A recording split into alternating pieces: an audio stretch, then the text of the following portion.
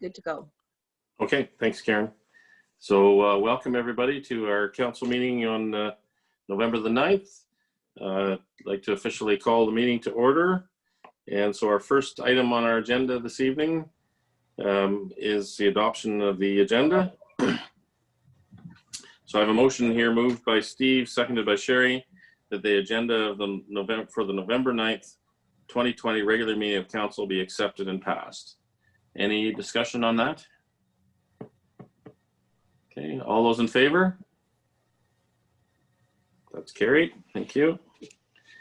We're on to disclosure of pecuniary interest, and I'm going to start us off and say, yes, I do have a pecuniary interest this evening in the item related to the rezoning for Harry John Mulder on line 6. It's immediately across the road from my home property. So I will be excusing myself for that both in the public meeting and in the council meeting with regard to that bylaw, and Councillor McCabe, who's acting as deputy in this month, will take over during that period. Anybody else have pecuniary interest? Steve? No, I do not. Sherry? No. Lisa? No. And Dan? No. Okay, so we'll move on from there. I'm going to move things around a little bit on the agenda unless there's objection from council. We'll hear the county council update, and then rather than go immediately to the presentations, we'll go to the deal with the public meeting for the rezonings and then come back to the presentations. So with that being said, I see County Councillor Campbell Cork with us. Campbell, the floor is yours. Thank you. It's as we said before, it's good to be here right side up this time, I hope.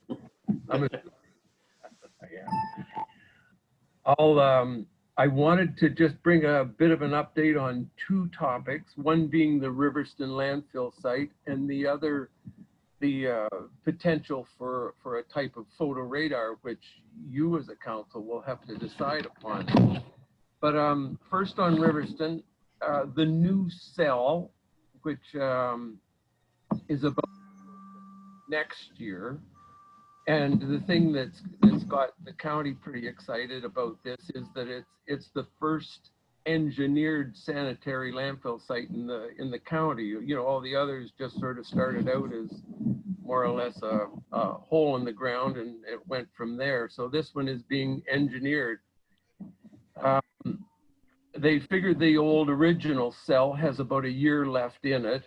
And as we know, Riverston is the only landfill site in Wellington County, and it serves the entire county.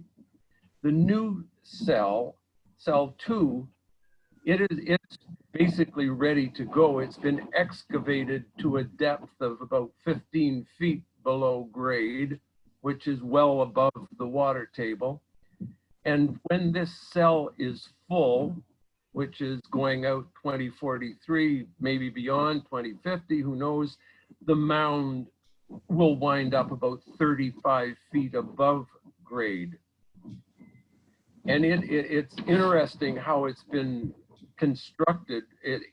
The very bottom liner is a impermeable fabric liner that's been laid in the bottom, and then on top of that are pipes, like weeping tile pipes, that are laid on top of this fabric, and they collect any leachate that manages to get down that far before it gets away and into water table or into surface water runoff.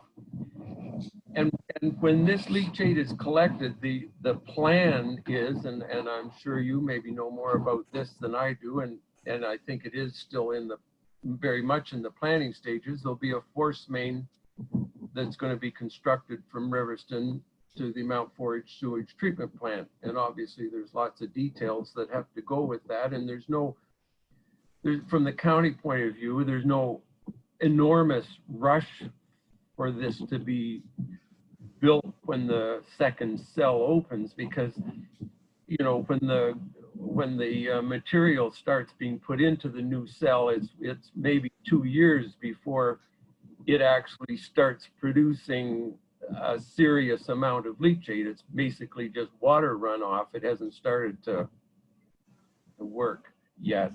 And that runoff or leachate can be handled on site. So I guess it's a couple years of possible negotiations. And just, I know I've mentioned it before, but as it stands, you know, here we are in Wellington County talking about 2043 or possibly beyond with this second site.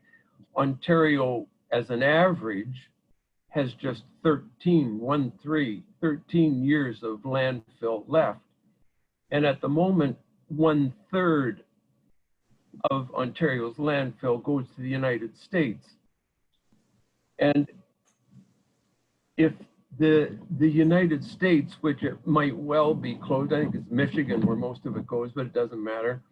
If that's closed, the Ontario average landfill capacity drops down to 9 years. So we really are in a really healthy position that way. But I have to say it does concern me somewhat that say if the GTA, Toronto, Southern Ontario, any of the big urban centers should happen to have no place to put their garbage, they're going to be looking around for a place to put it. And I've been assured that they won't be able to bring it to Wellington County. But I have to say, talk is cheap. You know, when a push comes to shove, who knows what the future could hold. So I think that's something we really have to keep our eye on. Anyway, the good news is we're in good shape, so let's move from there. To do with traffic, I think you folks will know, and I do know that one of the things I hear the most of has to do with traffic problems. Maybe not in the last few months. We've had some leaf and green bin calls, but leaving that out of it, traffic is the big one. And the OPP report, when they look at traffic problems, there's sort of the big four of problems: speeding, impaired driving, distracted driving, and seat belts. And, you know, just to sort of give you an idea of how somewhat serious the problem is, the Wellington OPP have a cruiser that it's equipped with an automated license plate reader. And this cruiser patrolling in the month of August for just 33 hours resulted in 39 charges under the Highway Traffic Act. Meanwhile, Wellington OPP have about 50 to 60 areas in the county, including Wellington North, where they're trying to address identified traffic problems. And Wellington North has its share. And each member of council has submitted areas that they feel are real problems that have been identified by citizen calls mainly. And so this is all going into the mix of trying to, what needs to be solved. But when the complaints come in or an area is identified, the question is, how real is what's being reported to them? Or is it just somebody gets up at 7 in the morning and there's a bit of maybe one guy that's speeding past their house at 7 in the morning each day? They got to get an idea of how serious it is. And that's where these so-called black cats come in. And Wellington County has approved the purchase of 7 black cat cameras. They cost about $4,000 each. And the black cat is installed on a problem street or a potentially problem street or area so that police get full information on what's going on with that traffic on that street. And the black cat will give them readouts on the number of, say, speeders. It'll tell them if they're cars, if they're trucks, if they're 18-wheelers that are causing the problem, what kind of time of day and what direction they're traveling, night or day. And the police get a real picture and can determine if the problem is legitimate or not. They can then consider various solutions, from lowering speed limits, maybe 4-way stops to quiet speeding, maybe bollards in the middle of the road, or digital speed sign readouts, and possibly traditional cruisers with radar. But the one thing we know is we can't afford to bring in police cruisers with police officers doing traffic radar for every problem area. We don't have enough officers to be in all the trouble areas, and even if we did, we couldn't afford them. So one of the possible solutions, and this is the one that will come to you, is a type of photo radar that might be brought on. They cost about $50,000 a camera. It certainly is less expensive than an officer. An officer with a cruiser, I think, is estimated at somewhere around $200,000 each. This works 24/7,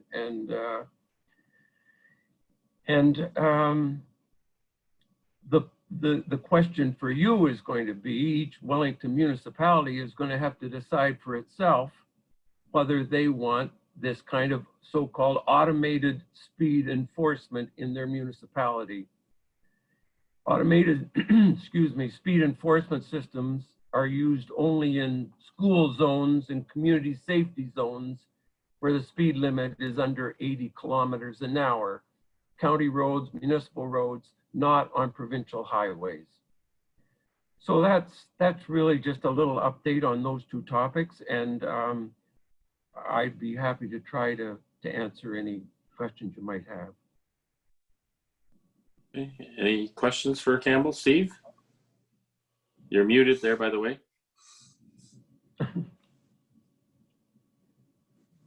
Am I muted? No. There we go. Yep. Thanks for that, Campble. I just had one question just about the photo radar. Did you say it was 15 or 50? 50. 50. Okay. Yeah. That seems about right. Isn't that what they call the OPP? Anyways, another quick question is, so the OPP is paid by the county, is that correct? Yeah. And so we, as Wellington North, would have to pay for this 50 grand on our own without help from the county, is that correct? Good question. I think the cameras would be something that the county would be paying as part of, and that's what part of their policing. Yes, the question for Wellington North Council is whether they want that in their municipality. Okay. All 7 municipalities will be asked that. Right. Okay, thank you, Campbell. You're welcome. Any other questions for Campbell?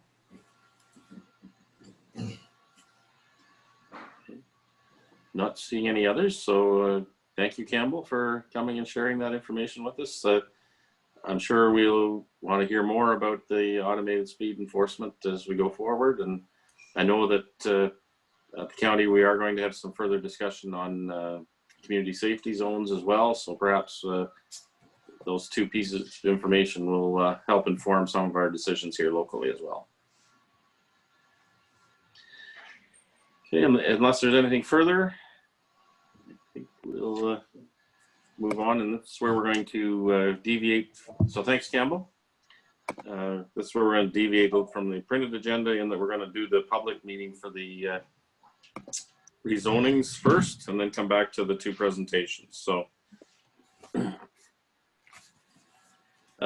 with that, I'm going to read the recommendation to move into the public meeting. So moved by Sherry, seconded by Steve, that the Council of the Corporation of the Township of Wellington North recess the November 9th, 2020 regular meeting of Council for the purpose of holding a public meeting under the Planning Act for Harry John Mulder and John and Mary Beth Van Veen. Any discussion on that? All those in favor? That's carried. We are now in recess, so we'll switch to our public meeting agenda to hear these 2 public meetings applications, and I'll call the public meeting to order, and we'll go through the disclosure of pecuniary interest again. And just like in the last one, I'm going to declare that I have pecuniary interest related to the property at the first application at 8131 line 6, because it is immediately across the road from my own home property. And with that, we'll we'll go and go around and see if anybody else has pecuniary interest, and then if assuming there's none, I'll pass off to Councillor McCabe to take over from there. Steve, pecuniary interest? I have none. Lisa? No. Dan? No. Sherry? No. Okay, with that, I will pass it over to you, Steve. I'll turn off my microphone and my camera. I'll still be able to hear you, so when you're done, I can come in and take over on the second application. Okay, Karen, I'm going to need your help in helping to quarterback this a little bit. I'm just having a time trying to find the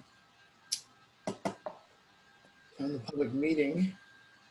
I can put it up on the screen, but then you can't see anybody. That'd be great.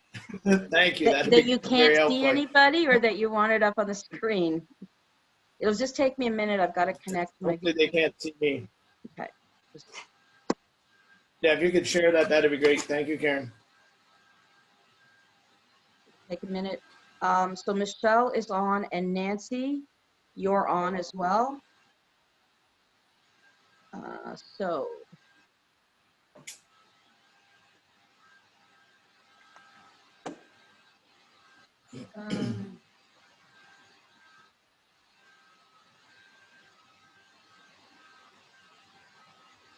Sorry, just give me a minute, Steve. Yeah, and I'm sorry, I can't, for some reason, I can't find it in my email right now. Yep. And of course, I can't get on my work. Hold on. Fire public. Here we go. Sorry. November 9th. Oh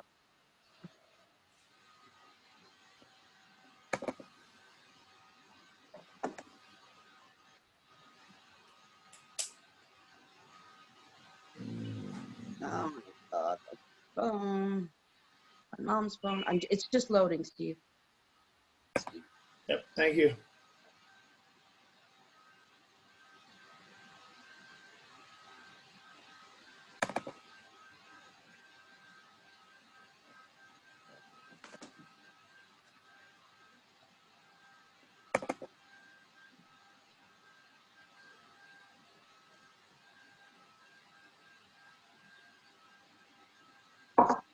Ta-da. Okay, so just give me a second. I need to share my screen. I do have mine just finally came up, so. So do you want me to share the screen, or do you want to just use your own?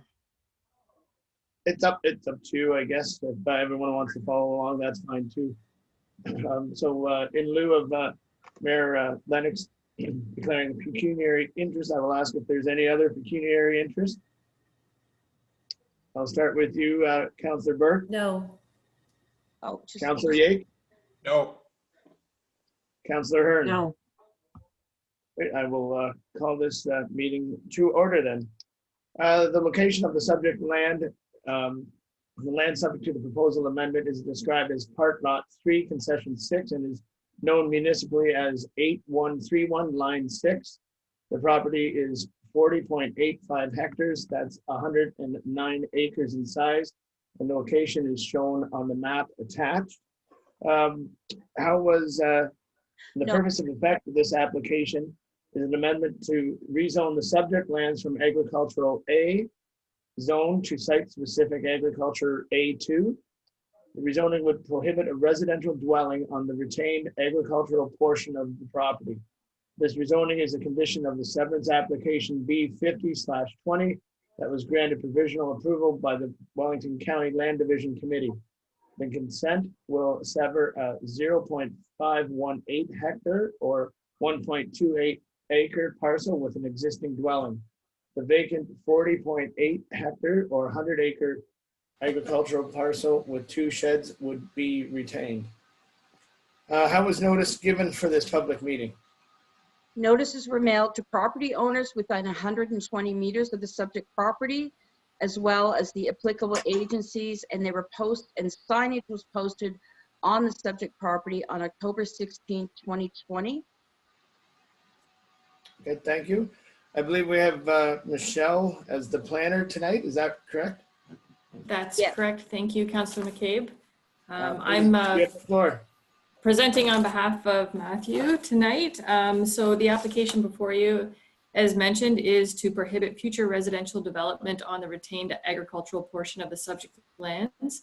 This rezoning is the result of a condition of severance application B5020. Planning staff have no objections to the zoning amendment. The application is consistent with the provincial policy statement and county official plan. I'm happy to take any questions if you have any. Has any other further correspondence been received? Oh, sorry, I should ask if anyone has any questions, I suppose, on council. Sorry. Lisa? I think we'll get to the comments in a minute, Chair. Right now you ask, there's been no further correspondence received other than what's listed on the posted agenda. Okay, thank you. And we'll talk about requests for notice of decision. Yeah, this bylaw will be considered at the council meeting immediately following this meeting. Are there any persons wishing notice of the passing of the bylaw? They must request it in writing by the clerk. I will open the floor for question and comments from the applicant and the public.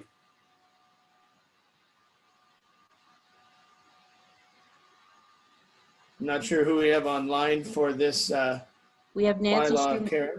Nancy Shoemaker. Nancy, do you have any questions or comments?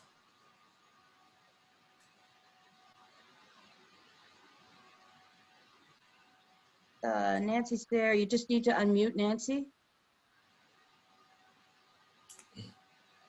I actually don't have any comments.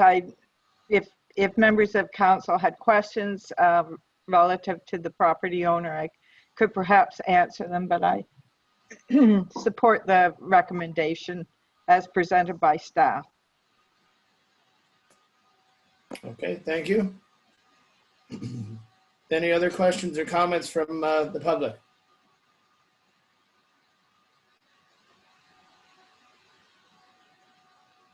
Seeing none, any questions or comments from council?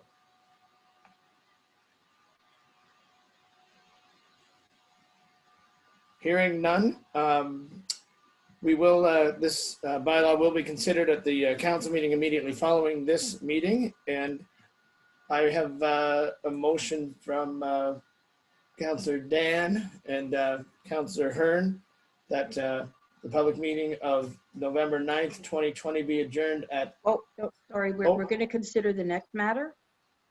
Oh, okay, sorry. We can consider the next matter. It's okay, it's confusing, I know. Okay, so Nancy, I will remove you and I will bring in... I think you have to bring the mayor back in. He can bring himself in. Nancy, I'm going to remove you from the meeting. Okay.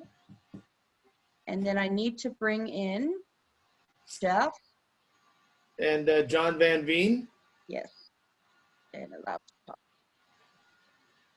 Can you switch the screen back, Karen, please? Yeah, I'm going to allow. Okay, I've got those two. I'm going to stop share. Okay, John and Jeff, you're in? Yep. Okay, we're ready to go. Yes. Okay, so the next application, the owner applicant is John and Mary Beth Van Veen. The location of the subject land, or the land subject to the proposed amendment, is described as part lot 13, concession 14, and known municipally as 9569 Side Road 13. The property is 40 hectares in size, and the location is shown on the map in your package. Purpose and effect of the proposed amendment is to rezone the subject lands to prohibit future residential development on the retained agricultural portion of property and permit a reduced side yard setback and increase the maximum ground floor area for the accessory buildings on the severed parcel. This rezoning is a condition of severance application B29/20 that was granted provisional approval by the Wellington County Land Division Committee. The consent will sever 1.1 hectares rural residential parcel from the retained 39 hectare vacant agricultural parcel. How is notice given for this public meeting? Notices were mailed to property owners within 120 meters of the subject property, as well as the applicable agencies, and signage was posted on the property on October 16, 2020. Okay, thank you. Michelle, are you taking this one again? I am. Thank you, Mayor Lennox. So as mentioned, this application is also as the result of a surplus farm dwelling severance. In this case, there are additional provisions in the amending bylaw. So as noted, this is a condition of severance application B2920, and staff do not have any concern with the reduced side yard setback and the increased floor area for the existing accessory structure.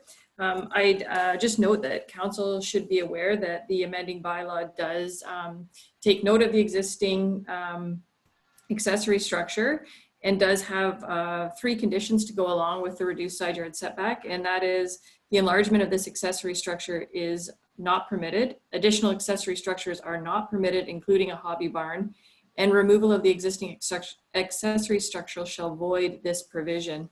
The applicant has indicated through the consent process and now through the rezoning process that the purpose of the accessory structure is for storage. And we have no objections to the zoning amendment. We find it's consistent with the PPS and also the county official plan. And I'm happy to take any questions. Okay, great, thank you, Michelle.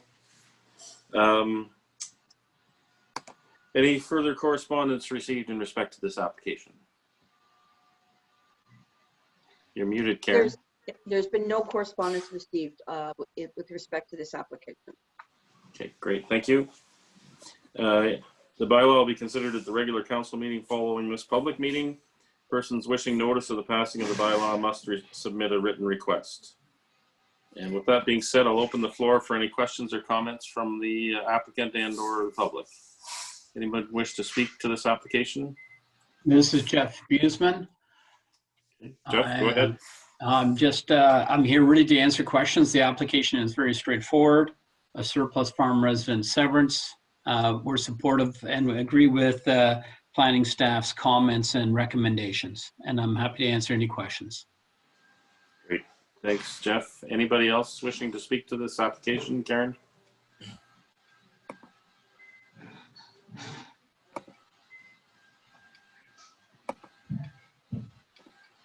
You're muted, Karen. Mr. Van Veen is on the line. I don't know if he wants to speak or he's Mr. Van Veen, would you like to speak at all?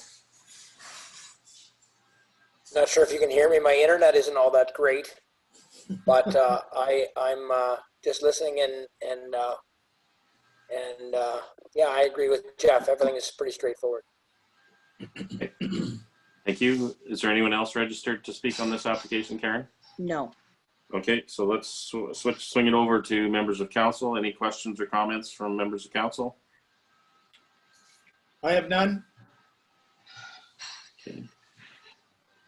Not seeing any, so guess that brings us to adjournment, and then we'll deal with these 2 bylaws in council immediately following this public meeting. So I'm going to suggest that this is moved by Steve, seconded by Sherry, that the public meeting of November 9th, 2020 be adjourned at, now I gotta know what time it is, 7:30 p.m. All those in favor? That's carried. Thank you. So we're now complete with the public meeting, and we'll move back into our council meeting. So to resume the council meeting, I have a motion here moved by Lisa, seconded by Dan, that the Council of the Corporation of the Township of Wellington North resume the November 9th, 2020 regular meeting of council. All those in favor? That's carried. Thank you. And that brings us to the bylaws that arise out of that public meeting. And this is where I'm going to pass it back to you, Steve, to deal with the first bylaw. And then I can take it over again. Over to Okay. you, Steve. Thank you, Mayor Lennox. So Karen, can I just read the bylaw number? Yeah, there's a blurb on your cover page. Sorry.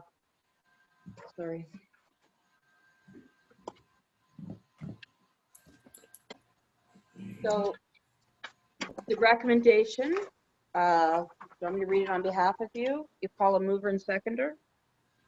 Let me just get back to the top of this, sorry. I can share my screen again if you want. Sorry, just getting it open. It's a little bit slow here again tonight. So it won't be on your public meeting one now. This one's going to be on your regular agenda.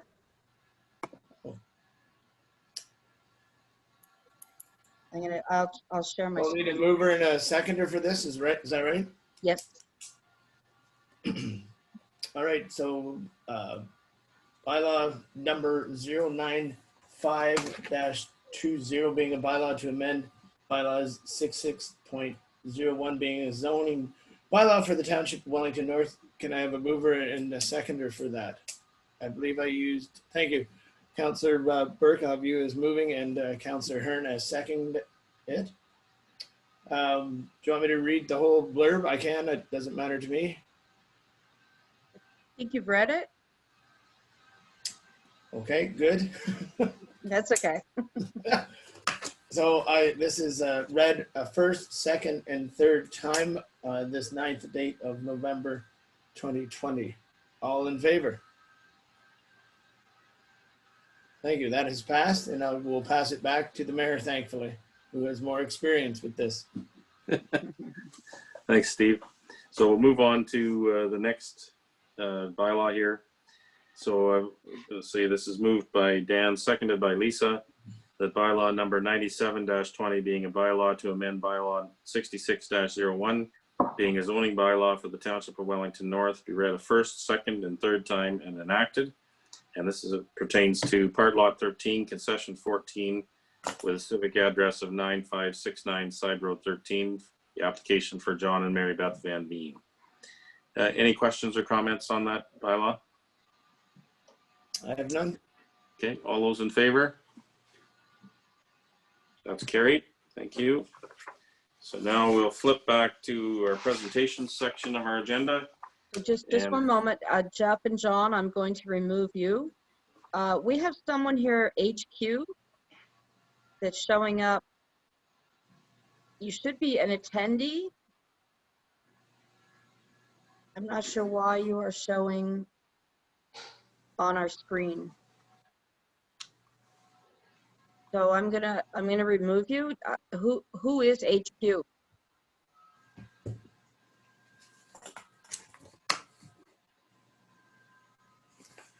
Okay, I'm gonna remove HQ.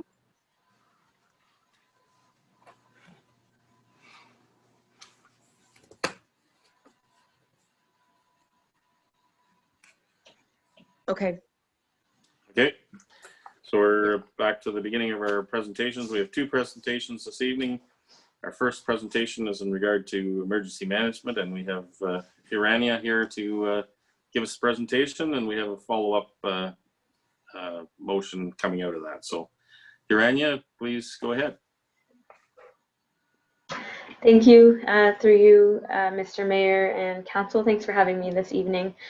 So this report just outlines the Township of Wellington North, how it's met the municipal requirements for the Emergency Management and Civil Protection Act and Ontario Regulation 380-04. So I'm just going to hit a couple of the highlights for you. So the program committee, that the Township has an Emergency Management Program Committee. So this committee met virtually on June 18th. The minutes from that committee were attached. They met to review the emergency management program, so that includes the hazard identification and risk assessment, emergency response plan, training needs, proposed annual exercise, and public education. In terms of the emergency response plan requirement, so I'm sure you'll recall on September 14th, Linda brought a report and bylaw to Council for consideration, and it was adopted. So that new emergency response plan will be submitted to the province as part of compliance. In terms of training, so all the members of the township's municipal emergency control group, both primary and alternates, have satisfied the training requirements for this year. As I'm sure you're aware, because of COVID-19, we didn't have a lot of our normal training, but we were able to conduct some of the EOC software training virtually, as well as some scribe training.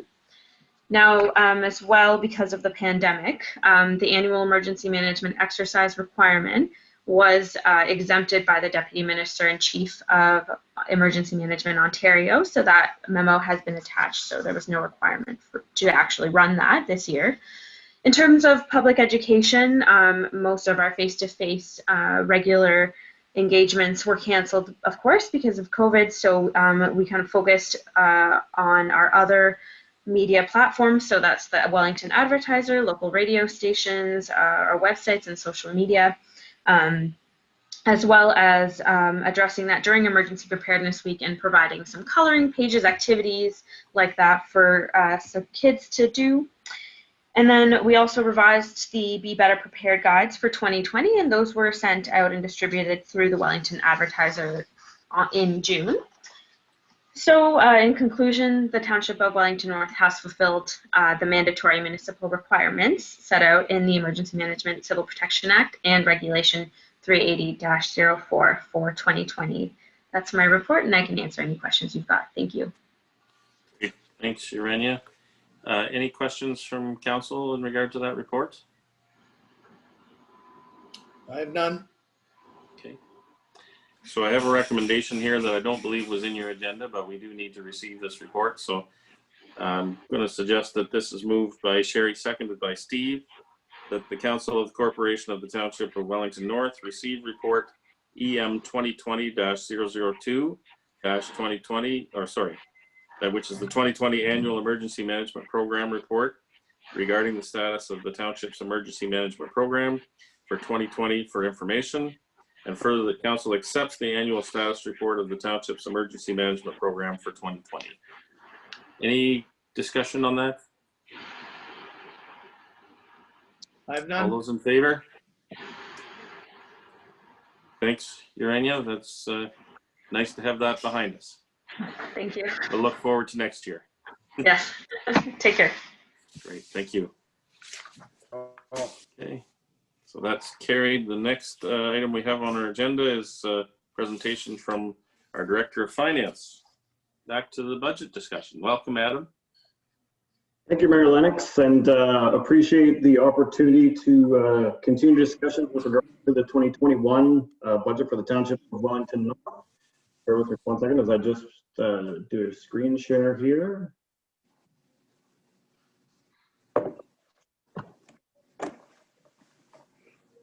So effectively picking up where we had left off, I'll just kind of rehash some of the changes that we had seen based on discussions and some other items that have transpired as it pertains to the operating budget, hit those at a very high level, then transition into some capital discussion. So just kicking off, we had increased the Conservation Authority levy expectations based on discussion of the October 26th meeting. We've decided to go with a flat 7% increase across all of our Conservation Authority partners. We did receive some information as it pertains to a decrease in group benefit costs based on revised negotiated rates from our plan administrator, decrease from 10.7 to 4.2 year-over-year increases. And lastly, we'd received information as it pertains to our 2021 OMPF allocation that had been announced and incorporated into the 2021 operating budget. A good news story around that, we did see a 0.5% year-over-year reduction over prior year, or $6,200. That in comparison to the previous iteration of the budget, which assumed a 15% reduction in our OMPF allocation for 2021. So the next few slides, just operating budget comparisons, 2020 versus 2021. As in previous iterations, the updated contributions to and from reserve and reserve funds have been incorporated. This does not display as yet any contributions to capital. The revised interfunctional transfers for 2021 have been implemented, but no material differences have been identified. And as previously noted, the updates since the prior meeting have been incorporated. So just looking at a fairly high level, based on the FIR category, we will see a fairly significant improvement for the general government line, a 7.4% year-over-year reduction in revenues, that incorporating the revised OMPF allocation, and then some reduced revenues as it pertains to penalty on taxes and the assumed reduction in interest for our cash on deposit. Administration, again, a small improvement over the previous iteration, just based on the group benefit reduction in terms of the anticipated increase year over year. Into protection services, the real standout here being the adjustment to the Conservation Authority, a fairly significant increase being anticipated through our Conservation Authority levy partners, $11,000 year over year, or as previously mentioned, the flat 7%. No material changes over the previous iteration as it pertains to transportation, health services, or recreation. Just incorporation of the changes to the anticipated employee benefit rates around those items. And again, just wrapping up, you can see in aggregate the year-over-year increase in operating cost pressures of $517,000 or 9.7%. That a fairly dramatic improvement over the previous iteration, which saw a year-over-year increase in operating cost pressures of $713,000 or 13.4%. So just again, reiterating some of the capital contributions from levy in terms of the trend 2018 through 2020, just north of $2 million and increasing incrementally year over year has been our trend. However, seeing that we are seeing some operating cost pressures into 2021 of $517,000, in order to maintain a 1.52% levy increase for 2021, which would be equal to the estimated in-year organic growth, the contributions to the capital program would have to be cut from the $2.3 million mark to just north of $1.3 million. So into the capital program in terms of what staff have compiled to date in draft form, you will see the extreme right-hand side, 2021, total projects identified of $16.1 million. You'll see two new buckets at the top of the slide, council-directed projects, which have been identified, and also some 20 and 20 initiatives, which have been carved out and shown separately. And then corresponding in terms of the service segment down accordingly in terms of how the budget dollars of the 16.1 are allocated amongst those groups. Based on draft, from our capital program perspective, the funding models, again, shown on the extreme right-hand side, would see a fairly significant increase in terms of contributions from both levy and user fee, an increase in grants, which would assume we were successful in our most recent application for Connecting Link, which would see 2 Connecting Link projects be incorporated into the 2021 capital program. Development charge contributions would be down a little bit year over year. Developer contributions effectively static, same as that of the federal gas tax contributions. The standout here being the sustained OCIF, where we have seen contributions from senior levels of government of just north of $1 million over the last few years. No direction as yet, thus we haven't made any assumptions in terms of OCIF funding to support the capital program for 2021, which is in effect what is driving some of the increase in utilization of both levy and user. The carry forward projects would see a fairly sharp decline year over year from $9.4 million to $4.5 million. That based on estimate present day, still seeing a fairly significant amount of capital dollar expenditure coming through. And that number will remain in the state of flux until we close out the 2020 calendar year to determine how much carry forward dollars will actually be in play for 2021. And the unfunded amounts being shown here of $820,000 is all come around to, again, later in the presentation, being driven by some of those council directed projects that staff have identified. So looking a little bit more granular now, we'll go based on some of those buckets previously discussed. So the council directed projects, a number of projects being identified, and I'll list them here. The Mount Forest Service Club Gateway signage, the assessment of some rural broadband opportunities, the West Grey Lands opportunity assessment, the previously mentioned paving of concession 4 is discussed on the October 26th meeting of council, similar to that of the London Road paving, section 1. Some modifications to the intersection at in Mount Forest at Sligo in Maine. The Wells Street extension services for both or all 3 of roads, water, and sewer. Some contributions to the Arthur BIA streetscape enhancements as part of the Arthur Connecting Link project, which is slated for 2021. The carry forward of the Mount Forest Pool design dollars from prior year, and the addition of an Arthur water treatment study, being some of the council directed projects identified through conversation with council and staff. In the 20 and 20 initiatives bucket, 2 projects being identified, 2021 asset management initiatives.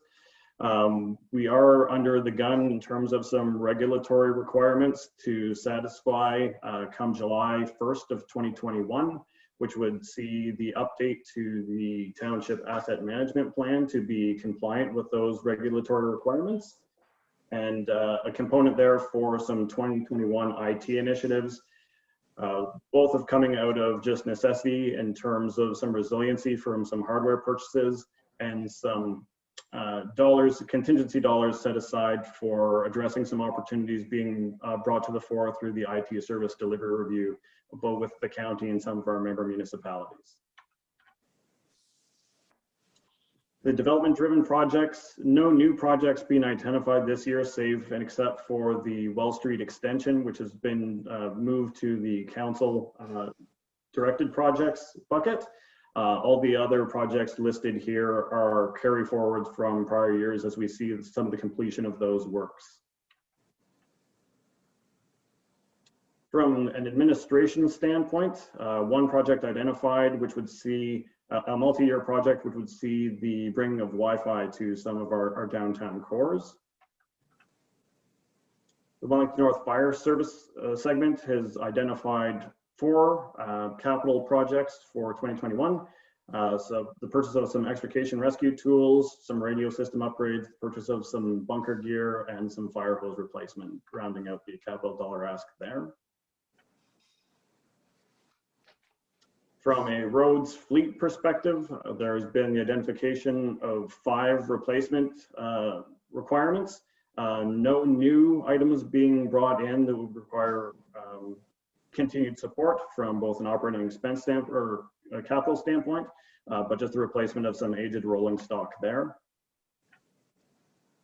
From a bridges and culverts standpoint, the Side Road 9 East culvert relining project is a carry forward from 2020, and a newly identified project for 2021 being the structure 2061 on Side Road 7 West. Into the roads section, there are some engineering only in terms of some design efforts. The top 4 being carry forward from prior year, and the addition of both Clark Street and Fergus Street to do some design work to have the ability to demonstrate the projects are in fact shovel ready should there be an opportunity for economic stimulus, grant opportunities into the future. Nice to have a little bit of a stock of shovel ready projects that we can demonstrate that we are ready to go should opportunity present. Continuing with roads into some of the full reconstruction projects and into Connecting Link. In terms of full reconstruction projects, the continuation and completion of the Fergus and Georgina streets carried forward from 2020. No additional capital dollars asked, but they are being presented here again as the projects have not yet been completed in terms of the total allocation project cost amongst roads, water, and sewer departments, as we still see some of those dollars coming in from a capital spend perspective. Connecting Link, we will see 2 projects, George Smith Street, which we've already been notified that we were successful in our application for that project, which we'll see some of the construction works being completed in 2021. And also the submission of a Connecting Link application effective November 3rd for the Queen Street East project in Mount Forest. So obviously that project very much contingent upon our successful application with the province. In terms of a gravel base rebuild project, Side Road 10 West continuation has been identified for 2021. On this slide, we'll see the resurfacing program for 2021, a number of both rural and urban opportunities being identified by staff and rounding out that ask for 2021 as well. And just some independent road projects, a few carry forward from prior year, those being the continuation of the pedestrian safety measures, the Mount Forest Drive right turn lane, and then the identification of some requirements with some of our works yard facilities in Kenilworth, Damascus, and Mount Forest, the installation of some sidewalk on Eastview Drive, Birmingham Street storm sewer improvements, and the continuation of the streetlight conversion to LED in Mount Forest for some of the lantern style fixtures in that urban center. Sanitary sewers, the engineering only, again, these are very similar to that of roads, where we do have full reconstruction projects in design phase. So again, just the newly added items for 2021 being Clark and Fergus Streets. And into some of the other full reconstruction projects, again, the continuation of Fergus and Georgina, along with the underground works associated with the Queen Street East Connecting Link program being displayed up top. And then some other sanitary items for consideration, the continuation and completion of the Arthur Wastewater Treatment Plant Phase 1 upgrades, some projects identified through Aqua in both the Arthur and Mount Forest facilities, and the completion of a blower study for the Mount Forest Wastewater Treatment Plant.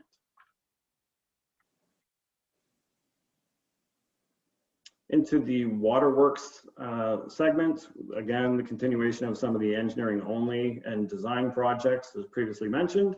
And again, Clark and Fergus Street being displayed prominently at the bottom as the new projects, with the others being effectively carry forward from prior year.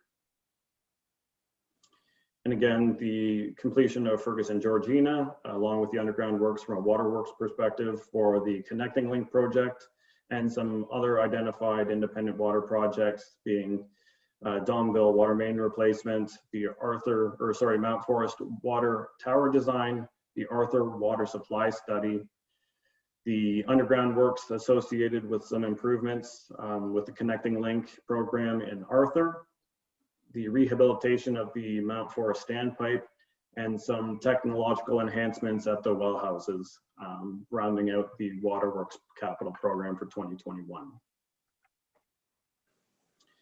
Into the Parks and Recreation segment, all save for the last 3 on this list are carry forward projects from 2020. The newly identified items being the compressor computer upgrade at the Mount Forest facility, the energy control system upgrade again at the Mount Forest facility, and some drainage upgrades at the Bill Moody Park in Mount Forest. Of note here, and the standout being the ice making piping rehabilitation for the Arthur Community Center. While we were hopeful that we would be successful in a funding application through the ICIP program for the completion of those works, regrettably we were not successful. However, the rehabilitation efforts do remain. So they are again shown for 2021 to be funded independently through the 2021 capital program. So in aggregate, those capital programs do come to the $16.1 million mark. That said, though, staff had initially identified total capital works totaling $18.7 million in terms of requirements, which would require a levy contribution of $5.2 million. That list obviously been pared down to current levels, and some of those projects that have been identified for deferral are listed below, as staff has taken into consideration and appreciating resource constraints for 2021.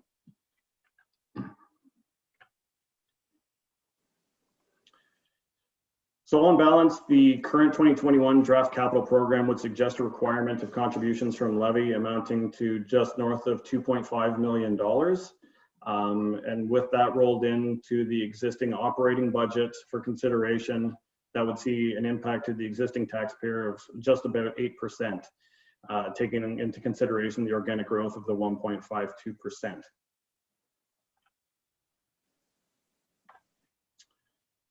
So in terms of the ask from council, from staff, at the October 26th meeting, council had agreed to a modest tax levy increase, and appreciating that the 8% mark that we're currently at would not be viewed as modest.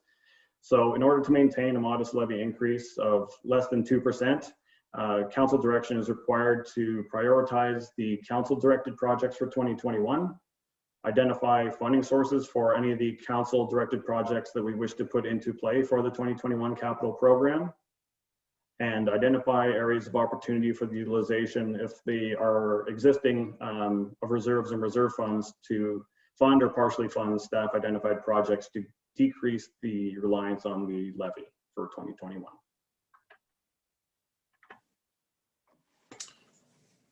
Okay. So I guess we can just try to think what the best way to go at this is.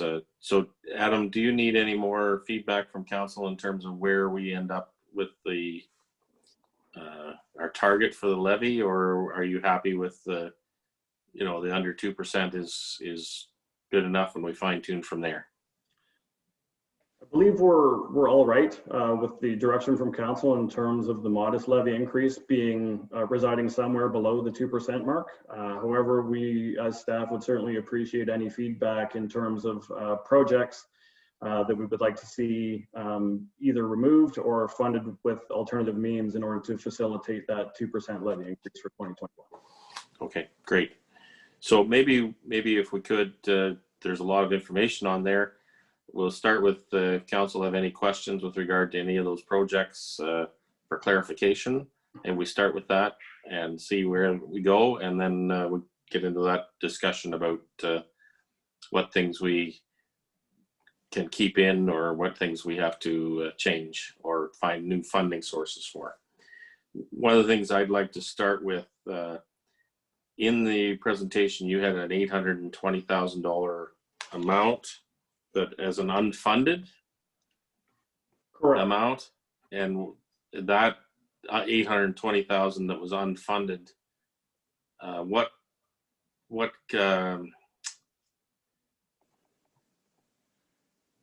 yeah, at the 2.546980 contribution from levy, does that fund that 820,000, or does that 820,000 still remain unfunded? That $820,000 would still remain unfunded. So just based on that, even with this big levy increase, we'd need to reduce the capital spend by 820,000 or find other sources of funding for it. Is that correct? That is correct. Okay, before we even entertain those council directed projects. Correct. Perhaps best if I share a different page that might make it a little bit easier from a viewing perspective.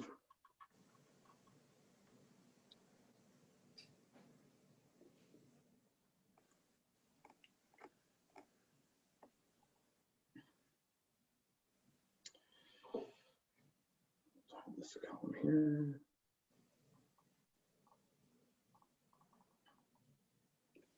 Well, in terms of the $820,000, Mayor Lennox, those are identified as the council-directed projects identified here. Okay. So all of the staff identified projects are funded in the presentation. They are funded in the presentation, and that $2.5 million are everything below this line, if you will, in terms of the 2021 and downward. And the total of the 2.5 is all projects identified, save and except for those council directed projects. Okay, but we're not going to end up with that $2.5 million contribution from the levy unless we increase taxes by 8%, correct? That is correct. So we'd still need to pare, without any council directed projects, we'd still need to pare down the capital spending just to get us to a levy contribution that's in that 2% or less range. Correct. Okay. All right, now that I think I've wrapped my head around that a little bit, I'll ask if anybody else has any questions they'd like to ask for clarification at this point. I can't see anybody, so please speak up.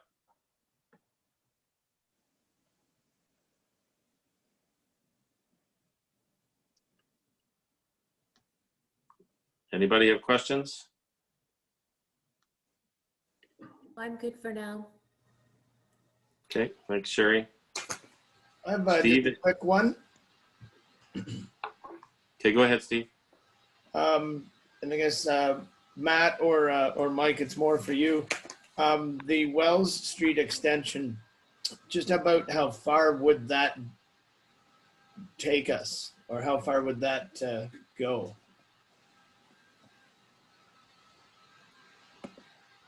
Mike or Matt, can you tackle that one? Yep. Yeah, through you, Mayor Lennox. I think it's about, say, 600 meters, or which would be 1,500 feet sort of thing. It's working our way up, but that's not the whole thing. I was pretty sure it wasn't going to be the same thing. This probably is in tune with talks with the county. Is that correct then as well? Or like for servicing out to there? Through you, Mayor Lennox, yeah, to a certain degree, Councilor McCabe, it's, but we're also, from a staff perspective, trying to recognize that the extension of Wells Street has been a frequent topic with council, so that's why it's showing as a council directed project. For you guys to consider to actually start, whether or not we want to start making progress, as Matt has indicated, out Wells Street. This certainly wouldn't get us over to the county road, but it would be a start. Okay, thank you. Anybody else have questions? Can I ask another quick question? Yeah, sure, go ahead, Steve. Would it be possible to add them to that, the unfunded council directive? Can you send or share that? I don't know if I have that in my email, but just be kind of good to have when considering some prioritization of some council directed projects that are unfunded. Certainly, I can send that to you. Great, or thank if you. you'd like to see it on screen, we can address it right now. I wouldn't mind just having it emailed if you don't mind, Adam. That'd be great. Certainly. Thank you. Okay. Other questions at this point? Dan? No, I'm good for now, Andy. Okay, Lisa? I'm good. Yeah, I'm good for now as well. Okay. I've got a couple more. The streetscaping project in Arthur associated with the connecting link. The BIA was looking to make a contribution to some of those streetscaping improvements, were they not? And is that included in that amount, or how does that break out? Can you help me with that, Adam? Certainly. In terms of total contributions, it was $225,000. And based on the information that I've received, that would be broken down by a BIA loan of $106,000 being paid over 10 years, and the township funding the residual to the $225,000 mark. Should be another 119,000, right? Correct. Okay, thank you. The next one I have is a question. Ferguson Georgina Street show up as no net cost in 2021 for roads, but there's net cost in both water and wastewater. And given that those pipes are already in the ground, I'm a little puzzled by that. Effectively, Mayor Lennox, when we account for the project cost, when we start paying the actual invoices that the project's works continue, they are all lumped under the road segment. And then upon project completion, we do a reallocation to move those funds. So unfortunately for the road segment, they have taken the brunt of the cost in terms of how it's being displayed presently, but it will be a reallocation effort that will kind of reallocate from the water and sewer segments to facilitate what is already being shown as an overspend. Okay, thank you. My next question is regarding the fire section. I would believe that part of our reserve policy around fire was to make sure we make reserve contributions to smooth the capital expenditures in the fire segment. But we have a fairly significant bump up in capital in the fire area for 2021 proposed. Are we under contributing to that, or are these kind of one-offs that need to be dealt with? I'm just trying to understand why we're kind of going out of the pattern we were trying to set. All of the Wellington North Fire Service projects for 2021 will be funded through the reserve fund. So there will not be a levy impact to that end from that business segment. And based on the long-term forecast that we have seen, we are effectively on track from a funding perspective for future works as well. Okay, great, thank you. And I think I have one more here, and that's, I'm not sure, maybe Matt can answer this one better, but the Mount Forest standpipe rehab at nearly $1 million kind of caught my attention. In the back of my mind, I thought we were talking about perhaps replacing that standpipe in the not too distant future. Spending $1 million on something we're maybe looking at decommissioning sounds kind of steep. Go ahead, Matt. Yep. Yeah, through you, Mayor Lennox. I think with the recent technical update that we've done, the standpipe in Mount Forest is going to be with us for a long time, and the $1 million buys us 30 years. I don't think that was probably what I would have told you a year ago, but that's what I'm telling you now. Okay, thanks. Appreciate the clarification. Okay. I guess I got one more for you, Adam. I know in your presentation you said you haven't heard anything from OCIF funding, but with the provincial budget, there's any indication you're thinking in terms of where those funds may be at, or what's your best guess? I'm not going to make you put your money on the table, but I appreciate that. Based on my review of the provincial budget and appreciating that there is still more detail to come, but what I have seen thus far, it was absent any communication as it pertains to OCIF. So my best guess would be that the provincial government has taken their review very, very seriously as it pertains to the OCIF funding and the continuation thereof, which is why I did not make any broad sweeping assumptions in terms of a contribution for our 2021 capital works. Okay, thank you. But that would make a huge difference to our budget position. Absolutely. And certainly, given the scale of that, it's something we probably should be talking to our provincial counterparts about. Okay. Okay, anybody else have questions, comments at this point?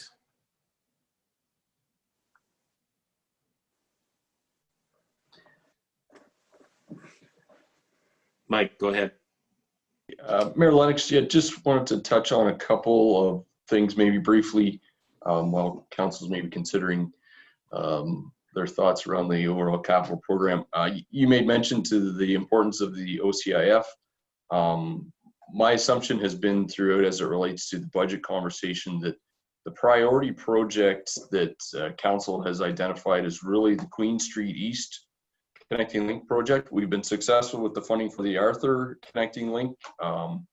we're still not sure. You know, we've submitted our application as it relates to the connecting link for Queen Street East. It's a little bit different in that there are significant underground works associated with that project from a water and wastewater standpoint.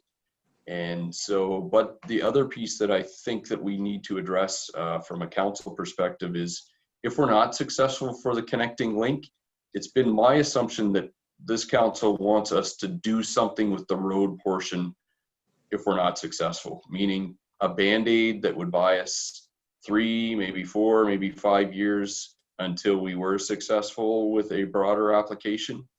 I think that would be worth confirming so that staff understands that, you know, if the connecting link application isn't successful, that we need to look at some other way to address the road portion, at least the worst part of that stretch of road. Am I on track with my assumption around that project and the importance of it as it relates to priority? Okay. Can any members of council want to weigh in on that? Go ahead, Dan. Well, that would be my preference, Mike, and it's just that I don't think it can wait. If we're unsuccessful this year, I don't know how much longer we can wait. And if it has to be a Band-Aid solution, I think people will accept that, and we'll continue to apply for funding.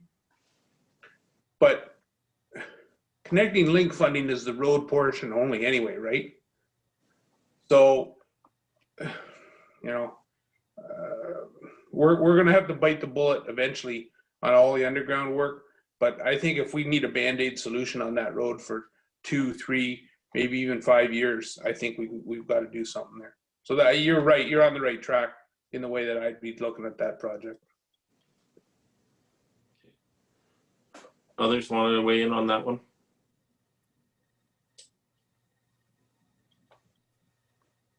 Go ahead, Sherry. Yeah, so I think my preference would be to continue to apply for connecting link funding. I don't know what kind of Band-Aid solution are we talking about? Are we talking about a shave and pave? Are we talking about doing some repairs to the potholes and some of the ruts that are already there? I think that's where I'd like some clarification as to what is the Band-Aid solution and what do those costs look like? Yeah, I would echo that as well. I'm okay with a Band-Aid depending on how big the Band-Aid is. If the Band-Aid starts to get too big, then I think we need to be pushing our provincial counterparts even harder. So I don't know whether, go ahead, Dan. Well, I tend to agree with Sherry. I don't think it needs to be, I don't think we have to start at the stoplights and go to White Bridge with a full shave and pave Band-Aid is what we're calling it. I think we have to pick and choose. There's areas there that could be just resurfaced. The whole thing doesn't need to be done. I think our roads department can sort that out amongst themselves. But there's some terrible areas, and most of it is on the south side of the road. So, you know, I don't think it needs to be a complete recoverage of that section of road, but, you know, it does need to be addressed. But I think we need to continue to apply pressure to the government for the total reconstruction of that street.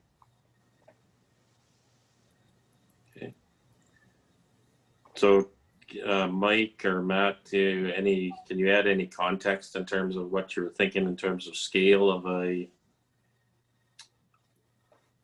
short-term rehab? Go ahead, Matt. Yeah, through you, Mayor Lennox. Yeah, the underground there isn't very good either. So, it for sure would be a Band-Aid, and we'd have to accept that we're putting a Band-Aid on the piping that's underground. And yeah, I think I don't know what the right number is, $250,000 or something like that, but we could for sure rehab some of the asphalt, but we would risk that we'd have to dig up that asphalt in the near future if the piping underground fails. Okay. Thank you. Okay. Does that, go ahead, Steve. You're muted, by the way. Yeah, got to get used to that again still. If we start ripping up virtually Highway 89, obviously we'll have to talk to the MTO about that. What's the ramifications if they all of a sudden say, no, you're not going to rip it up? Like, I know it's possibly part of community, the connecting link, but what kind of, I guess, okay do we have to get from them, even though they're not probably going to maybe fund it? Go ahead, Matt. Yep, through you, Mayor Lennox. I would say if we're going to be improving Highway 89, we're gonna talk to the MTO as a courtesy, but I don't think they'll have much to say as it relates to, you know, if we're making improvements on it. I think they're going to be okay with that. Okay. Why wouldn't they be? Exactly. Well, that really kind of underlies the risk associated with this, though. If we go ahead and fix it, we're kind of letting the pressure off on our MTO partners. I'd really like to see us ratchet the pressure up, and one of the ways I'd like to see us do it would be a delegation request at Roma in January, and so that we continue to keep the pressure on both our local MPP and the minister responsible as well. Steve? Well, I think it's their highway. They should probably chip in. Like, that's just how it is. I know it's maybe not a priority to them, but as Dan and Sherry have alluded to, it's been an ongoing issue there for a while, and it's seemingly ignored by the I guess the MTO, and maybe they're hoping that we put it on our shoulders and do it ourselves, but that ain't necessarily so. So, yeah, delegation at Roma would be great, I think. Okay, Dan? Do we have a representative or somebody from the MTO that looks after this particular area out at Guelph or Owen Sound or whatever the case may be? Do we have any contact with those people in regards to something like this? Go ahead, Matt. Yep. Through you, Mayor Lennox. So we have a representative that from the MTO that's involved with the Connecting Link funding, and then we have different people, I think, that are responsible for the highways in our area as it relates to Arthur and Mount Forest. So, but we have good relations with those people, but I think the Connecting Link application is a person out of London, and yeah, and we have good relations with them too, if that's what you're asking, Councillor Eek. Okay.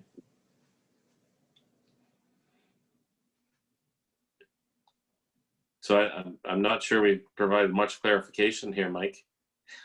No, I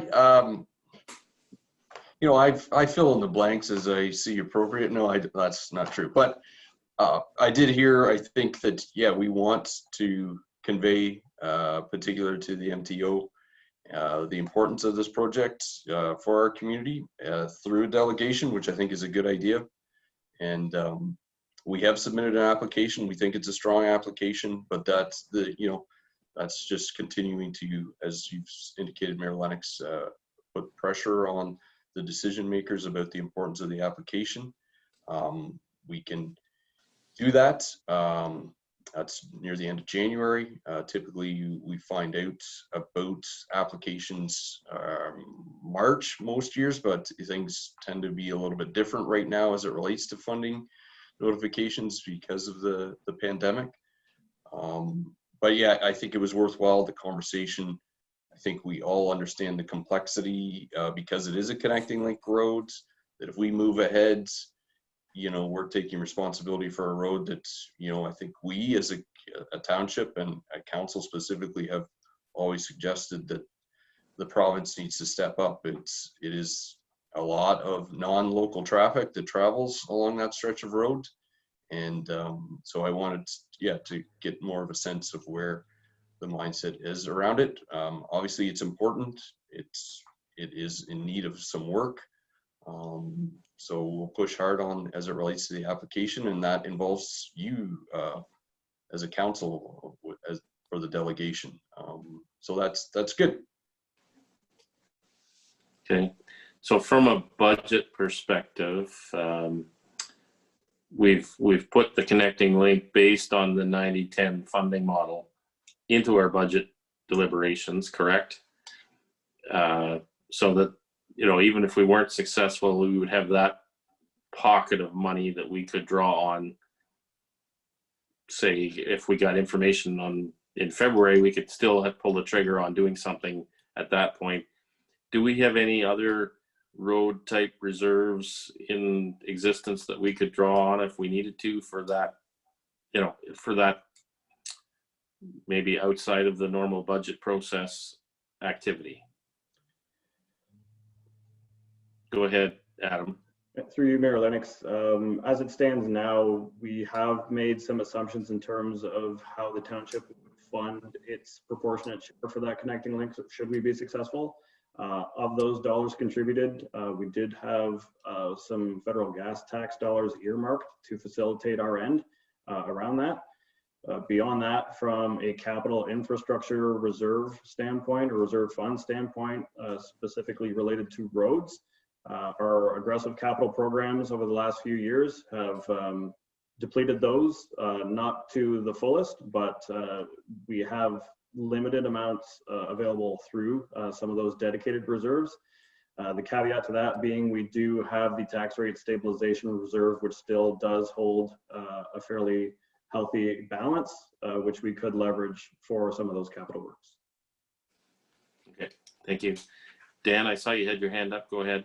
Yeah, maybe we just wait it out then. You know, maybe that's part of the key, is just to wait it out and let it get to the point where it's just so bad that it, you know, they've got to do something with it. And like Mike said, I mean, most of I would say the majority of the traffic there is non-local traffic. Is that how you worded it, Mike? I wasn't sure, but I think maybe why don't we just, you know, maybe we just leave it. It can't get any worse. Yeah, I mean, it's bad. I mean, it can't get much worse. So, you know, people have been dealing with it now for a number of years. So if we don't want to put the money out on their road, then we should just leave it and wait till they come to the table. We've never done it before. I can't remember where we have taken part of a connecting link road or project and taken it on our own shoulders to repair it. So why should we start now? We have done it sort of, in that when we redid the Hopkins Bridge, that wasn't done with connecting link funding. It was done with another grant that funded that. So there is that precedent, but it wasn't completely on our own, as you alluded to. It was part of another funding application. Right. So there was funding there. You know, right now we're looking at nothing. You know, wait and see what happens with the application this year. You know, we could be 3 months from a good news story. So let's wait and see what happens, and then talk about it after that. Okay. I'm seeing some nods around the table, so I think that's a consensus if I can stick my neck out that far. Okay. Any other specific topics, Mike, that you'd like us to address like that? Maybe just for some clarification as it relates to next steps with council. So Adam's done a good job in terms of, presenting the overall capital program. I heard from Councilor McCabe the idea of sharing kind of our spreadsheet, which kind of captures everything in a wholesome view with all of council, which we can certainly do. Is that sufficient at this point so that council has a better understanding of what projects currently are funded, and if we're going to move council directed projects in, other projects are going to have to come out, or questions will maybe have to be answered around utilizing reserves or maybe even debt for some of those other council directed projects. Am I surmising where we're at currently? I'd like to see that spreadsheet just to see where the funding models come from for some of these projects. Okay, so my only question, I think that's a good approach, Mike. My only question is, in order to meet our timeline targets around budget, what information do we, or how soon do we need to be providing our concrete input to staff? Well, you read my mind, Mayor Lennox, so I appreciate that, because the reality is, and we are in a unique situation as it relates to the meeting opportunities. I think we have to get to consensus about what the overall capital program is. So sharing that information is good, but I'm not sure that Councillor Hearn's ideas will mesh with Councillor McCabe's ideas, or vice. So we need to be able to have that wholesome conversation around the overall capital program. But my sense is that we need a little bit more time in order to facilitate that. So that may impact our overall deadline. And I understand this is, Adam may not be pleased with me suggesting this, because he's worked very hard to kind of meet these timelines because we thought they were important for council. But we don't want to force feed the capital program. Although we did agree kind of leading into budget conversations that this year would be a step back year to a certain degree because of all the uncertainty. We still, as Adam has indicated, the OCIF is still an unknown. There are other capital programs that we're hearing bits and pieces about. We got some more information on Friday as it related to the COVID-19 Resilience Fund, which was good news, but we still need to sort through some of that from a staff perspective in order to be able to share it with council. So I'm not trying to step back the pressure, but I do want to make sure that council feels that they have all of the information they need to prioritize the projects. I think we need to be transparent though too, Mike, about, the taking more time does mean we may not end up at the finish line exactly when we anticipated to get to the finish line. And everybody needs to be okay with that. So I'm seeing some nodding heads. Does anybody on council have any concerns with us, maybe backing off the throttle a little bit to give us a bit more time to sort through this? I'm okay with that. Okay, Sherry, I see your hand up. I'm also okay with that. If there are funding models out there with regards to different programs, I'm all for easing up a little bit, but also driving forward. This is a priority, and staff has worked really hard to meet our deadlines. So yeah, I'm okay to back off a little bit. Okay, so that being said, Mike, what do you anticipate that council would have some time to mull over these proposals, and we revisit this again 2 weeks from now? I think that's where we're at, Mayor Lennox, is that would be kind of, I think the other thing I would probably suggest is that when council has opportunities to take a look at it in more detail, certainly I am, and I'm pretty sure I can twist Adam's arm. Like if councilors wanted to meet with Adam and I on, via Teams to kind of go through things, we can, try and make arrangements over the next couple of weeks to do that too. Talk about, the funding opportunities, talk about what we've heard as it relates to the priorities, just to help facilitate that. The other thing I would like to suggest too is the council be open to the idea that we maybe have a special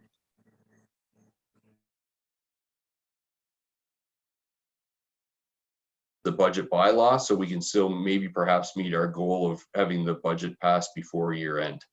But that's, that's a big shot in the dark at this point.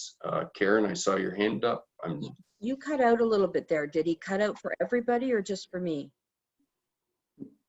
Pretty good on my end. Okay. I was good. Thank you. Sorry. We just lost the parts we didn't really want to hear anyway. Perfect. So yeah, I just throw that out there as potential ideas. I think from a staff perspective, yeah, we'd like to get the budget passed sooner than later. So we agree with, council, and we really, Adam had worked towards a target that we would be positioned to pass the budget bylaw at our meeting in December. So maybe if we're pushing everything kind of 2 weeks, there would still be an opportunity to just pass the budget bylaw at a special meeting. I think our council meeting in December is the 9th. Karen, does that sound correct? I believe there's only one meeting in December. I'm just checking my, and that is December 14th. 14th, sorry, not the 9th. Yeah, so there's one meeting in December. Right. Which doesn't mean we can't have a special meeting at some point after that to adopt the budget.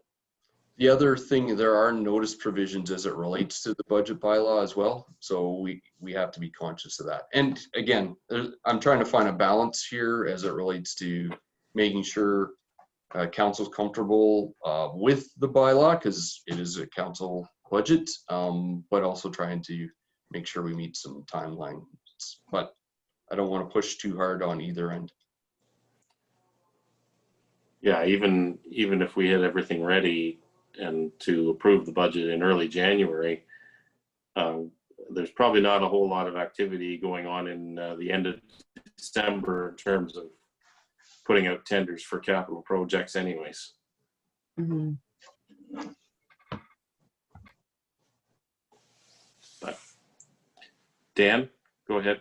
I just wanted to ask the question. So when we're talking about backing off a little bit here, are we talking about backing off to give ourselves more time? Are we talking about all capital projects, capital program, or mainly council directed unfunded projects? Yeah, fair question. Go ahead, Mike. Councilor Yeek, yeah, if I can, sorry. Yeah, from my perspective, yeah, first of all, we're suggesting backing off as it relates to our initial timelines for budget approval by a couple of weeks, but also on the overall capital program. We've been very aggressive over the last 3 years as it relates to our capital program. And this year was kind of an opportunity for us to reset a little bit, focus more on building back up our reserves to a certain degree. So that goes hand in hand with the council directed projects, but the overall capital program, I would say, Councilor Yeek. So I'm suggesting we're going to step back on whole as it relates to capital projects. Okay, but but over the next 2 weeks, right? You want us to really kind of nail down what we either want included or removed, and express that to either you or Adam. Right? There's no sense, going 2 weeks and we show up at a meeting and we haven't got. We're sitting here doing the same thing. Right. So plus the fact that there's still going to have to be either another funding source or some capital projects removed based on the staff recommended, because we're not going, unless we're going to raise the levy more than I think we're comfortable with, we still are going to be short funding for that. So we got to figure out, you know, get a level of comfort, each of us, with what things we might be willing to push off in order to meet that part of the target as well. So it's not just the council directed projects, it's potentially some of the others, either alternative funding or deferral of some of them. Yeah, no, I understand. Go ahead, Adam. And just to kind of piggyback on your comments, Mayor Lennox, the additional 2 weeks will give us a little bit more time should we be successful in perhaps some notifications that pertains to other funding streams such as OCIF, which might change the dynamic then. Yeah, that would be our most hopeful outcome, I think. So is everybody comfortable with that approach? Steve, I saw you had a hand up. No, I'm good, Mayor Lennox, thank you. And this gives us some opportunity to discuss with staff or with each other to some extent of things that we're concerned about, and ask questions and get some clarification and figure out, so that we get, when we come back in 2 weeks, we're ready to have that discussion to make those modifications to go forward with. Okay, is there other direction staff needs from council at this point? Mike or Adam? So I'll Go ahead, maybe, Mike. sorry, Mayor Lennox, I'll maybe pose this with Adam as it relates to the public. The public meeting is associated with the budget itself. Do you see that happening post the meeting in 2 weeks, that you'll have what you need at that point, Adam, to do kind of the public presentation of the budget? Is that, am I making a safe assumption? I would suggest, Mike, that if we do have everything in order and we do have a nailed down prioritized list from a capital perspective, we would be able to turn that around within 2 weeks to meet both the noticing requirements for a public meeting and have a presentation ready to go. Okay, sounds good. Anything else that we need to be aware of in this process, gentlemen? Okay. So with that, I guess we'll move on to the other part of our agenda, unless there's other questions or comments from council. Okay.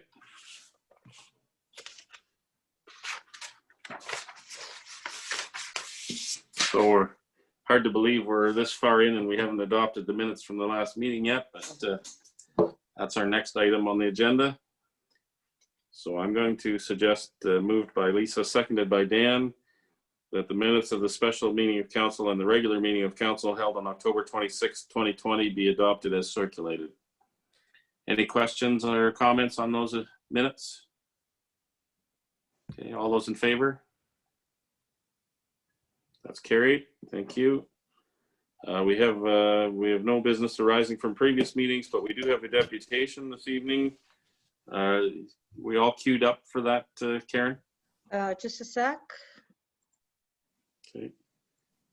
All right, so I have Tom and Stephanie. Are you able to hear? Yeah, I can hear you, Stephanie here. And Tom? Yes, I'm here. Okay, so do you have video? I do have video. Okay, so I'm going to pull the slides up and you'll present. You lucked out tonight on having here at a budget meeting, so. So I will put the slides up. Both of you can see them. Tom, will you be able to see them? Yes. Okay. All right, you just tell me when you want me to progress. Oh, shoot, darn, just a second. So I'm going to share my screen. Here we go. Share. So can everybody see that? And now. Yeah, that looks good. Thank you. Okay. Okay, if you just want me to get started, Thank you so much for welcoming us here today. We're mainly here to introduce ourselves as sort of the new kid on the block because we're expanding into the area. So thank you for having us. And what I would like to talk to you about today is how we can be a community partner to you to ensure that more land is protected for conservation in Wellington County, including North Wellington. Next slide, please.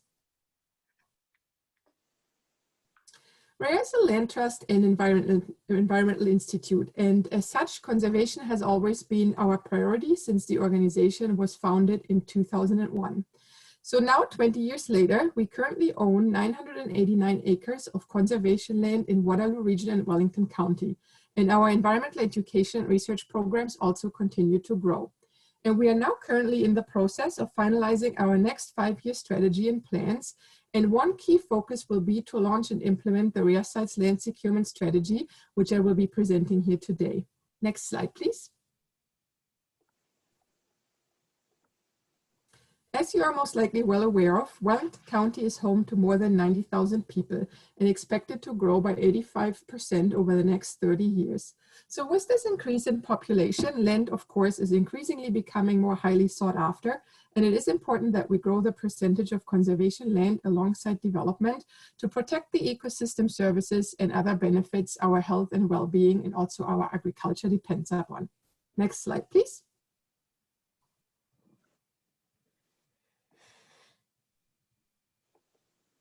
In fall 2014, a first meeting of local representatives was initiated by a former planner of the region of Waterloo to discuss the opportunity for a community-organized, not-for-profit, multi-property land trust strategy for the area that you see highlighted here, where that big red arrow is pointed, which was previously known as the Hole in the Donut, and which basically is Waterloo Region, Guelph, and Wellington.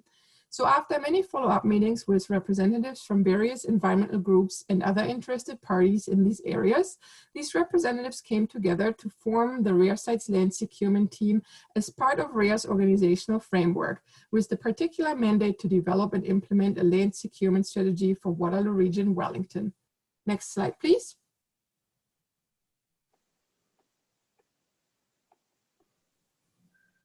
So what you can see here is that there are a number of other organizations in the area who also have an environmental focus that relates to the protection of land.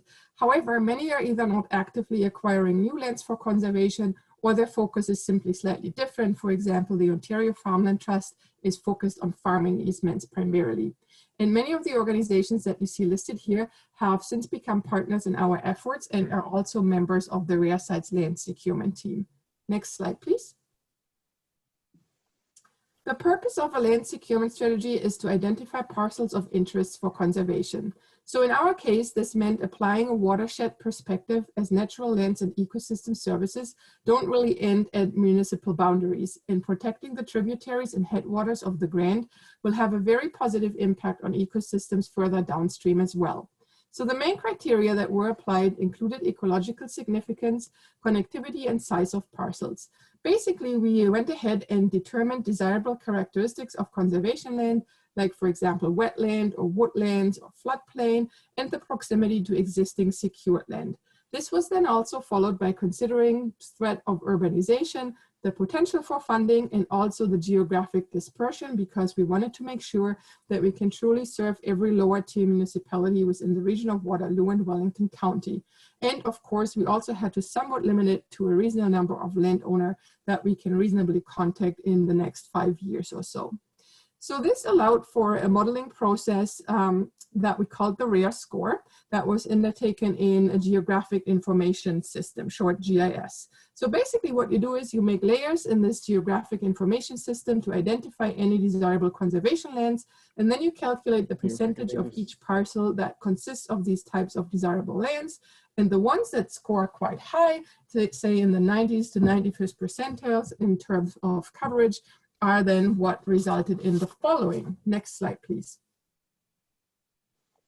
So in total, we looked at almost 15,000 parcels that were analyzed using this GIS model. And we identified 17 target areas with 365 properties. And these target areas have about 7 to 81 lots per area, depending on where they are located, that had the most desirable land for conservation. And here in Wellington North, which you see at the very top of that map, we have identified one area, which is the Luther Marsh. And you may know that the GRCA also has property in that area. So as per our analysis, we identified an additional 13 properties that could be of potential interest for conservation and further protection, which adds up just to over 1,000 additional acres that could potentially be protected in this area. Next slide, please. So this is going a little bit more into the goals of this strategy, which is 400 hectares of additional land protected in the next 5 years. And we are currently already working with a number of landowners, a lot of them in Wellington County actually, and I'm showing a few examples later, that we have currently shortlisted with property that is under some form of consideration. So we are already, in terms of what we have lined up, hopefully well above this target, which kind of shows you that there is a lot of interest in the area in landowners to keep their property in some way for conservation. And some of the properties that are currently under consideration may actually take quite some time to be protected. So this cannot ever be a rushed effort by any means, because in particular, we are also planning to raise a 20% stewardship endowment with every lot we secure to really make sure we can ensure the long-term protection of the parcels. Next slide, please. So to give you an example and a better idea of what these individual target areas looks like, here's one that we're already actively working on, which we have named the Eramosa River Conservation Corridor in the Eramosa Valley. So you can see here that blue outlined property, I think is actually a GRCA property. But then within those light green outlines is a property that we actually acquired last year, which was the first property we were able to secure outside of Waterloo region. So that was a big step. And right now we're working on the property at the bottom of this map here with the red outlines, which we will hopefully be able to close on by the end of this year. And then in the purple lines is the former Edgewood Camp, which hopefully we will be able to retain parts of it, which will go as an eco-gift donation to RARE, likely sometime in the next year or two or so. Next slide, please. So many of the lands under consideration right now are privately owned. And really this land securement strategy just gives us a better idea of where is land of really high ecological significance located in the area. And often landowners really are familiar with only two options. They either sell their land or they bequest it to their children. But depending on the conservation mindset of the owners, and often they feel very strongly inclined to protect their property for future generations, neither of these two options really might be the best long-term option if the owner wishes to preserve the land for conservation. Next slide.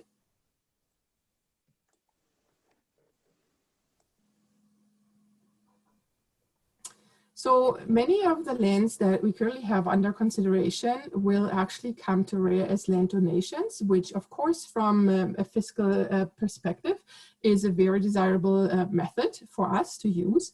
But there are other methods of land securement. And if you look at the auxiliary material that we have provided to you, which includes a version of this land securement strategy, there are definitions of all these options in here, including conservation easements, which is a tool where the owner actually retains title to the property, but an instrument will be put on title that identifies certain areas of the property that are specifically designated and protected for conservation. Next slide, please.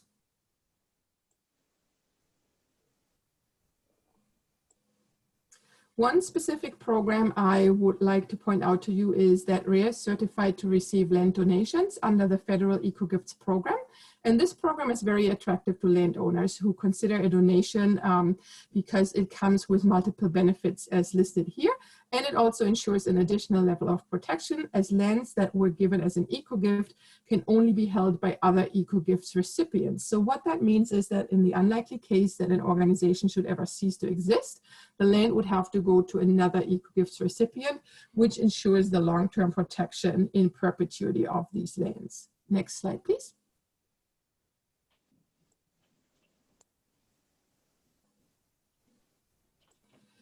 Thank you very much for letting me present here today. This was a very high-level overview to just introduce ourselves and the program. And we really hope that we can, over time, build a relationship with you and do a little bit of ground truthing as well, because you know your area much better than we do, and probably much better than anything that we can ever kind of model or do on the computer and just by sitting behind a screen. So we would really like to be able to speak to you more about these efforts, and or if you know any interested landowners, often also developers who may have surplus lands that could be of interest for these programs, please absolutely think of us and keep us in mind, because I think we all really need to work together to make sure, particularly now after COVID-19, that we can work towards a green recovery. Thank you so much. Okay, thank you, Stephanie. Now you had another colleague with you, Tom. Did you want to say anything in particular, Tom? Not specifically, no. It's like to echo what Stephanie said and mention that we're looking to support ecological services that both support us and support agriculture. So we're looking at things of riparian areas and wetlands that help manage nutrients or mitigate flooding, for example.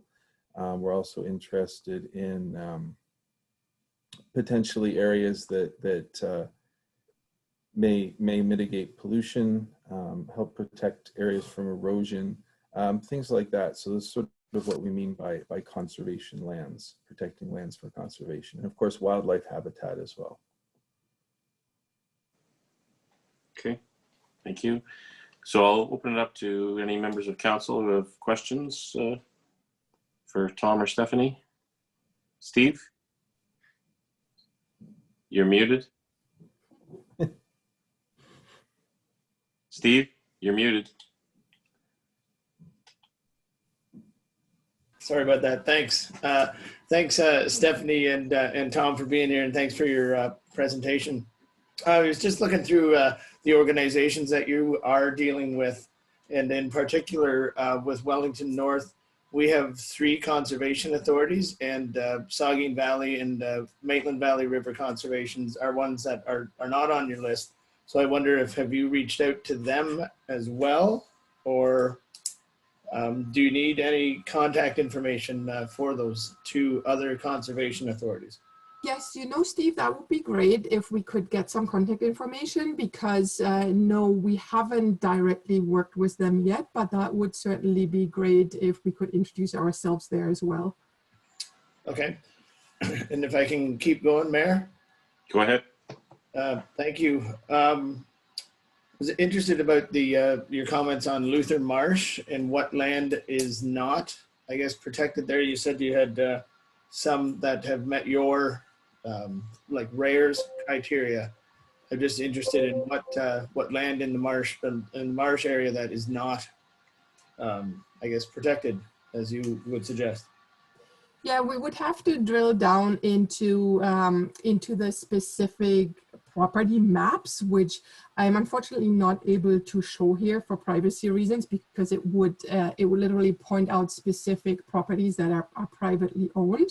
But we can certainly have a follow-up conversation on that, and we would also still have to go and check the areas and see kind of what the area actually looks like on the ground to confirm that our computer modeling has made appropriate selections, basically.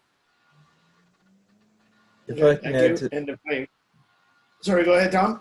Yeah, I was going to say, if I can add to that answer as well.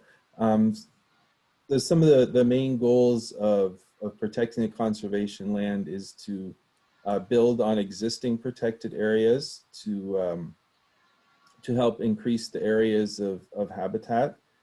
More habitat supports more species and is also more stable in the face of various stressors, particularly climate change is of concern at the moment, and also to create corridors that connect different areas of conservation land so that there can be movement of wildlife between them more easily across the landscape. So one of the categories of desirable conservation land that we were looking at is existing protected areas. So the largest existing protected area in that region is the Luther Marsh. So we would be looking to build on that habitat area. Go ahead, Steve. All right, thanks for that again, Tom and Stephanie. And I guess my next question is, how do you guys differ from the conservation authorities that each of the conservation authorities in our township, we owe them or we pay them a levy based on value of land on how much river flows through. So I guess it's a kind of a two-parter. What's the difference between RARE and the conservation authorities? And then my last one would be, last question would be, where do you get your funding from?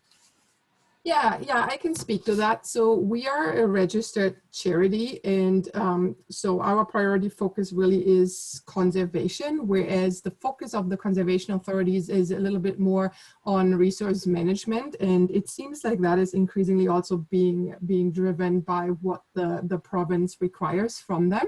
So we are a registered charity. Our funding model is very different. We don't receive any formal levies or anything in that regard. So about 85% of our funding is through donations, either from individuals or foundations, for example. Okay, thank you very much. Okay, any other questions from council? No. Okay, I'm not seeing any. So again, thank you, Stephanie and Tom, for your presentation. I had not heard of your organization before, so great to learn about another organization out there helping to look after our ecological and environmental concerns. So thank you very much for your presentation. Thank you so much. Very nice to meet you. Thank you very much. Good night. Okay, so I guess that brings us here around the table, but onto our items for consideration. We've got a fairly lengthy list of potential ones, so we need to pull some out. So I'll ask council if you could name those things that you'd like to pull out for further discussion. Steve, you're muted, by the way.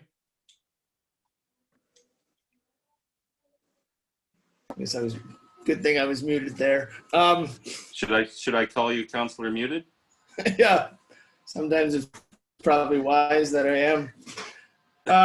I would like to see 1E, 2B, 6A and 6B, 8A. Sorry, I'm a little slow, Steve. 1E. 1E. 2B. 2B, 6A and 6B. 6A and B, okay. And then 8A. 6A and B and 8A.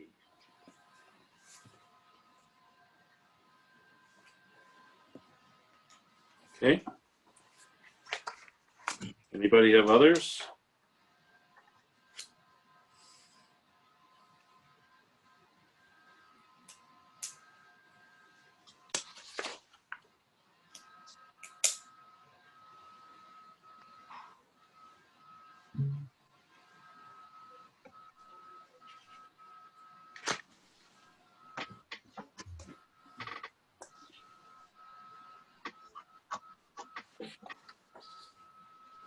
So if I can just reiterate, 1A is the Recreation Parks Leisure minutes.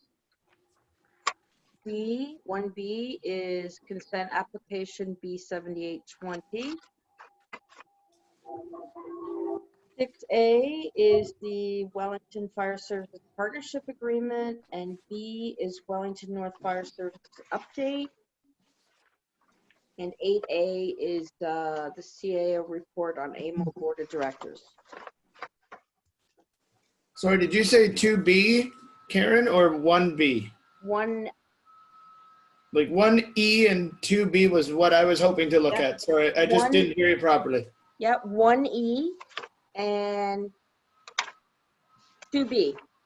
Yes. Okay. Okay. Anybody else? Dan? Just hold on 1 second. I guess 7A.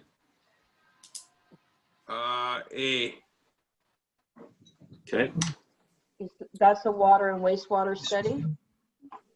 Yes. Okay. Any others, Dan? No, that's all, Andy. Okay. Sherry or Lisa, do you have any others you'd like to pull out? No, I'm good. Okay. No, Councilor McCabe covered all of them that I had on my list. Okay, so just quickly recap. 1E, this is the Rec, Parks and Leisure Committee minutes. 2B, the consent application B7820.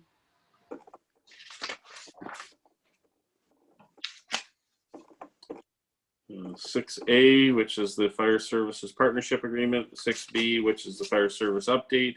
7A, which is the Water and Wastewater Rate Study. And 8A, which is the AMO Board of Directors report with regard to the CAO. Any further ones? Okay, so we'll deal with all of the others. So I'm going to suggest this is moved by Steve, seconded by Sherry, that all items listed under items for consideration on the November 9th, 2020 council agenda, with the exception of those items identified for separate discussion, be approved and the recommendations therein be adopted. All those in favor? That's carried. Thank you. So let me shuffle back through my paper here. So we get to 1E. This is the Rec, Parks and Leisure Committee. And we've got a lengthy recommendation here. Sorry. That's okay. So I'll, before I read the recommendation and ask for a mover and seconder, do we have any staff context for this that maybe you could give us a little update? Mike? Yeah, through you, Mayor Lennox, just as of Friday, we got some, so the recommendation addresses, or basically the committee has made a recommendation for council as it relates to the ICIP, the Investing in Canada Infrastructure Program, the COVID-19 resiliency stream of that. On Friday, we received confirmation from the province as it relates to our allocation. So what they've decided to do is, as opposed to leaving it open-ended in terms of the scope, they've assigned an allocation amount to all municipalities. Our allocation is $199,521 for this stream. So the recommendation that the committee provided at the time, they weren't aware of the allocation because we just found out about it on Friday. So the recommendation addresses two separate applications potentially for the stream. One doing the front entrance and change rooms upgrades at the Arthur Community Center, which were in the range of about $1.4 million, and trail upgrades in both Arthur and Mount Forest at about $50,000. Obviously, adding those two numbers together, they come out slightly more than $199,000. So that unfortunately impacts, I think, the direction that we need to take as it relates to the COVID-19 resiliency stream. I wouldn't necessarily suggest, I'm not sure what I would suggest as it relates to the recommendation from the committee. The recommendations are good. It's just that the actual funds that we're now aware of don't necessarily align with those two applications. So I think staff will need to consider the guidelines that we now have and see what projects best fall within those guidelines. The trail upgrades, I think, are still a winner, let's say, but the scale of the front entrance and change room projects is probably beyond what we would be looking for through this stream. And I would invite any other staff, if you guys want to help me bail myself out here a little bit as it relates to this information, because it is fairly new, but and I'm not sure what necessarily impacts it has on the recommendation from the Recreation Parks Leisure Committee. So, but that's the update. So I guess from a process perspective, Mike, should we be sending this back to staff and the committee to revisit this, or deferring it? Or, I mean, there isn't much point in us approving this recommendation unless we're going to find funds from some other magic source. Right. Yeah, I think that's a fair point. And maybe at this point, council just wants to receive the report as opposed and not address the other portions of the recommendation as an option. McCabe? Yeah, let's see what give the chair a chance to weigh in here. And that's kind of why I brought this forward. I did find out previous to the meeting about the allocation from this funding, and that's one of the reasons I wanted to bring it forward, because it does add up, or it's not quite as high as our wish list for the Arthur Arena and the trails in our township. So that's the only reason I brought it up, Mayor Lennox, was to bring that forward, because I think everyone in council should have that information before we recommend this. So I, as chair, don't mind taking it back to our committee and having another hash at this and finding out if there's other more appropriate, perhaps,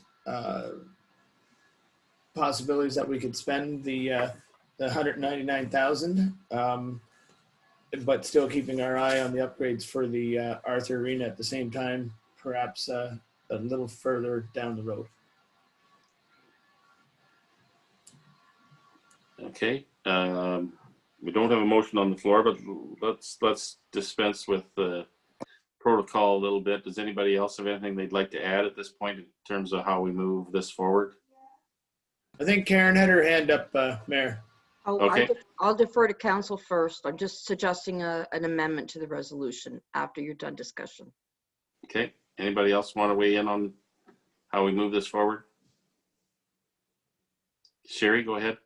Yeah, so could we, because the recommendation has the trail upgrades in there, could we split the recommendation into two and have it support the trail upgrades and then go back and look at other ways to spend the difference on those dollars? Okay, yeah, I think that is one of the options we have at our disposal for sure. Karen, what were you going to suggest in terms of the process? I was going to suggest amending the motion isn't on the floor, so you would, as opposed to approving it, so you're going to receive the minutes. The next paragraph is that you approve the following project, change that to receive, and take out the next clause that says, and further that council acknowledge these projects if approved. Delete that.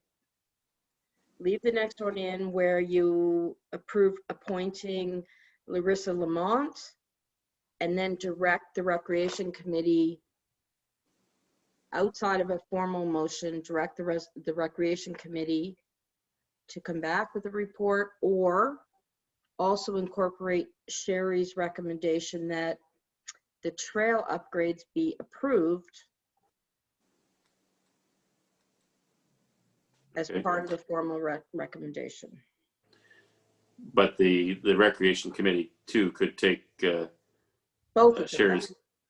Sherry's comments as an endorsement for leaving the trails in and leave it at their discretion. Are you comfortable with that approach, Sherry? I'm fine with that. I think that if it goes back to recreation, I'm going to suggest that the trails are probably going to come back, as it's part of this recommendation now. Right. But you'd like to see it come back is what you're saying. Well, I would support it if it came back, if that's Right. bad. Okay. Okay, so Steve, I was just gonna say, so are we leaving the trail part in and leaving out the other recommendations for funding from this, or throwing it back to the committee, or?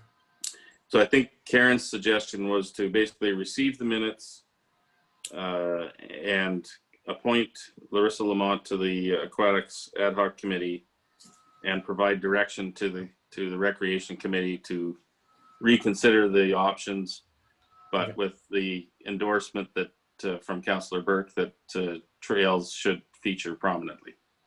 Okay, great, thank you. That's what I thought. I just wanted some clarification. Okay, so Karen, I'm going to try to get a mover and seconder and figure out what this should read. Please correct me if I'm on the wrong track. So I see Steve has his hand up, so we'll say this one's moved by Steve, seconded by Sherry, that the Council of the Corporation of the Township of Wellington North received the minutes of the Recreation, Parks and Leisure Committee meeting held on November 3rd, 2020. And that the Council of the Corporation of the Township of Wellington North appoint Larissa Lamont as the member of the Mount Forest Aquatics Ad Hoc Advisory Committee as recommended by the Recreation, Parks and Leisure Committee. Did I miss anything, Karen? No, I think that will cover it. And then once this is passed, we'll put in the minutes that direction to Recreation, Parks and Leisure to bring a recommendation back to council. And there'll be better wording in the minutes, but something to the effect that it will endorse the trail upgrades to support active transportation. All right. So we have a mover and a seconder. We have a motion on the floor. Any discussion on that? Okay. All those in favor then? That's carried. Thank you. Now that was much easier for me to read than that whole thing. Okay, so now we're on to 2B. This is the one in regard to the consent application. So I'm going to, I suspect, and I don't know this for sure, I think Councillor McCabe probably pulled this out because it says that we do not support the application, or the recommendation says we does not support the application, which is a little out of the ordinary for us. So maybe before we get a mover and seconder for this too, I'll maybe ask for staff kind of background on why we're being asked to not recommend it. Thank you, Mayor Lennox. So this application is maybe not so typical for us at the county to receive in terms of a consent application. So the property actually does have 2 dwellings on it. And so did a little bit of history work on my part, and it looks like back in August of 2012, rezoning application was put forward to the Township Council to request the second dwelling on the property and to allow it to be built outside of the building cluster with its own access, so onto the different road. And planning staff at the time were not in support of the application. And in fact, they actually went as far as to say, just so you know, if you come back in the future, it's highly unlikely that the county would be in a position to support a residential consent application. So second dwelling policies are typically utilized for farm help.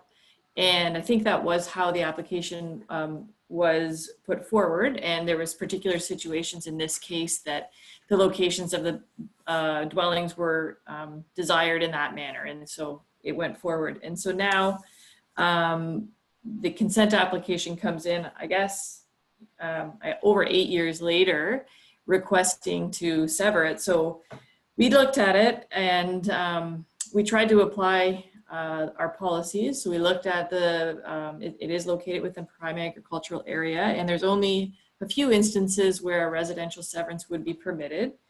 And so that, as we know, we had ones earlier tonight, the surplus farm dwelling severances. And the key piece to the surplus farm dwelling severance is that there's actually a consolidation of farmland.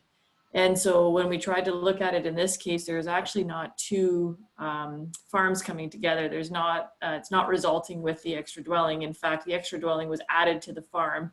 So the ask is to have the house removed or the new lot, residential lot created. So when we evaluated it that way, we said, you know what, it doesn't actually meet that policy because two farms are not coming together. And so then the other way to try to look at it was to say, okay, well, what if we just say it's a rural residential severance? Well, the policies, both in the PPS and in the county official plan, don't permit that within the prime agricultural area. So that's how we ended up where we are. I did write the report and structured it with the providing conditions should the land division committee decide to actually go ahead and approve it. And those are some of our typical conditions. But it's interesting because the property is actually zoned to permit two. So one of the requests in there, should it be approved by the land division committee, was to actually ask that the lands be rezoned as well to remove that second dwelling permission and to basically put the zone back the way it was before too. So it's a very unique application. It's not one that I've come across so far. And it took a little bit of digging and some background work to try to figure out how we got to where we were, but that's why the recommendation to not support. I did actually include in the staff comments as well too, just the background information from 2012 about that original rezoning that got us to where we are today. So I'm happy to answer any questions if there are any. Okay. Any questions? Steve, go ahead. Thank you. Thanks very much, Michelle. You've answered every question before being asked. So that's the reason I had brought it up, was just some background clarification on why this was not being supported by staff. So thank you very much for that. Okay. Any other questions? Go ahead, Sherry. Yes, so just for clarification, Michelle, they have applied under surplus farm dwelling, an application for that. Is there a better application or a better avenue that they should, that this application should be going down to have done what they'd like to do? Through you, Mr. Mayor, there isn't, there's not really an application process for them. And I think when I went and reviewed the historical information, it looks like they were advised of that, to say, if you're going to build outside the building cluster and ask for a second access, you're fast forward into the future, the county's not going to be in a position to support that consent, that type of consent application. So the prime agricultural designation, it just doesn't provide a lot of flexibility beyond a pure surplus farm dwelling severance. That could be done either by way of a lot line adjustment, keep in mind, or how the county would allow, like the others that we looked at earlier this evening, their farm consolidations were not immediately abutting those properties. So there is some flexibility that way, but in terms of a pure residential severance, there's not, the policies don't have flexibility that way. Okay, thank you. Okay. Any other questions at this point? Okay, so I'm going to get a mover and seconder and read the recommendation. So moved by Lisa, seconded by Dan, that the Council of the Corporation of the Township of Wellington North receive DC Report 2020-30, being a report on consent application B78-20, known as Part Lot 3, Concession East Owen Sound Road, Divisions 3 and 4 in the former Township of Arthur. And further, that the Council of the Township of Wellington North does not support consent application B78-20 as presented. And further, that should the Planning and Land Division Committee approve the consent as proposed on application B78-20, the following matters are to be addressed as conditions of approval. 1, that the owner satisfy all the requirements of the local municipality, financial and otherwise, including but not limited to taxes paid in full, a fee of $130 for township clearance letters of conditions, or whatever fee is applicable at the time of clearance under the municipal fees and charges bylaw, which the Township of Wellington North may deem to be necessary at the time of issuance of the certificate of consent for the proper and orderly development of the subject lands. Second condition, that the owner satisfy the requirements of the Township of Wellington North in reference to parkland dedication of $1,000 or whatever fee is applicable at the time of clearance under the municipal fees and charges bylaw as provided for in the Planning Act 1990. Also, that site servicing can be accommodated on the site to the satisfaction of the local municipality. And that the retained lands be rezoned to remove the second dwelling permission, and the severed lands be rezoned to agricultural zone. And further, the council authorizes the development clerk to file with the Secretary Treasurer of Planning Land Division Committee at the County of Wellington a letter of clearance of these conditions on completion of same. Okay, I just would add too a reminder that this decision really is a decision of the Land Division Committee. All we're doing is making a recommendation as a commenting authority, and also because we deal with some of these other issues like parkland dedication and zoning potentially. But ultimately, the decision on whether this severance proceeds or not is with the Land Division Committee at the county. So with that being said, does anybody have any questions or comments before we call the vote? Okay, all those in favor? That's carried. Thank you.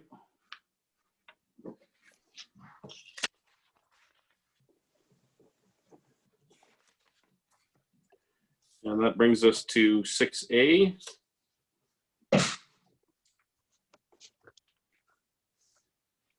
And I'll read the recommendation and then come back to some more context. So moved by Steve, seconded by Sherry, that the Council of the Corporation of the Township of Wellington North receive report DFC 2020-005, being a report on Northern Wellington Fire Services Partnership Agreement. And further, that council authorizes the mayor and clerk to sign the 4-year agreement between Minto and Wellington North for a shared fire services partnership for the term January 1st, 2021 to December 31st, 2024. And do we have, oh, there I see Chris popping up. Did you want to speak to this, Chris? Or Mike? Who wants to go first? I'll maybe speak to this briefly first, and then yeah, pass it over to Chris and to Marco. I recognize that what we're asking council to endorse is unique to Wellington North, not unique in the province, but unique to us. And I understand that that's you know, anytime there's change, there's always a transition period. I want to make it clear to council that I have the utmost faith in Chris and Marco and Khalees in terms of representing Wellington North and what we need from our fire service. And that's why I've been passionate about moving forward with the agreement. And I think Chris will speak to the report that I encouraged him to write, speaking about some of the things that have already been accomplished. And I think there's a lot more that Marco and Chris and Khalees and the rest of the management team and the others within the Wellington North Fire Service are looking forward to accomplishing over the next 3 and 4 and 5 and even longer years. So I think this is a great step, and we're making progress on the fire service, which we've been doing for a number of years. So I think it's a very positive thing for Wellington North, and I'm hopeful that council also agrees and we continue to move forward. So thanks, Mayor Lennox, for that opportunity. Okay. Chris, did you want to add something to Mike's comments? Yeah, thank you, Mayor Lennox. Appreciate what Mike said, and we are pretty excited about how things are moving along. And I know working together with Marco, we've accomplished a lot in the first few months, and gotten to talk to a lot of the firefighters and move forward with a lot of their wishes and what they're thinking, and moving the yardstick even forward from where where you were, which was progressing nicely, and we're just picking that up and carrying it on. And there's been a lot of really good things happen, and a lot of things that I won't bore you with, but we're pretty excited, and we're excited about moving forward with hopefully a master fire plan if everything goes well, and getting that going forward, and really getting ahead with our strategic planning for the future. Okay, thanks, Chris. Marco, did you have anything you wanted to add? Yeah, no, I'd like to thank you for those who really appreciate what we've been doing so far. There's a lot more to come, and it's really exciting. It's a pleasure to work with Chris. He's got a lot of knowledge and stuff. I'm learning lots. And with Khalees, her background, I can't see how, I don't see a negative in this at all. It's all positive. Okay, thanks, Marco. Looks like you're making some progress on your Movember mustache from the looks of it. Yeah, it's looking good. That's why I didn't even try, because I knew I couldn't compete with Marco on that. Okay, so with that, I'll open it up to council. Any comments or questions? Steve, go ahead. Yeah, I just wanted to thank you for this, and I think it is going very well. I haven't heard any complaints. In fact, I've heard that there are some previous volunteer firefighters that had left the fire service and are wanting to come back, which is a healthy sign that that we're doing something right. And I think the last number of months in partnering and bringing Chris on as chief and Marco working together has been a positive for, I would suggest, probably both townships. And I'm happy to endorse a 4-year agreement to go forward and continue the already steps that they've made already in a few short months. And I can't wait to see what you guys can do in 4 years. Thank you. Thanks, Steve. Anyone else have any questions or comments? Okay. Call the motion then. All those in favor? Opposed? That's carried. Thank you. So our next item is the Wellington North Fire Services update, June to October 2020.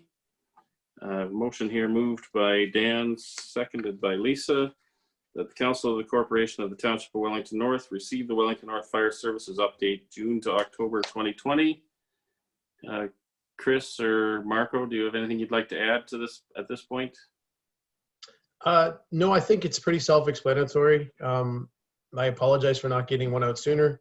We've been just focusing on a lot of things and getting things up to speed. But the question I do have for council is, would you like to see this monthly, or would like every 2 months be okay, just so that we can gather some more information to put in a newsletter? Or we'll do whatever council's wishes are. But just to ask for some direction that way. Okay. Thanks, Chris. Council, any questions, comments, and any would like to weigh in on Chris's question? That'd be great. Steve, go ahead. You're muted, Steve.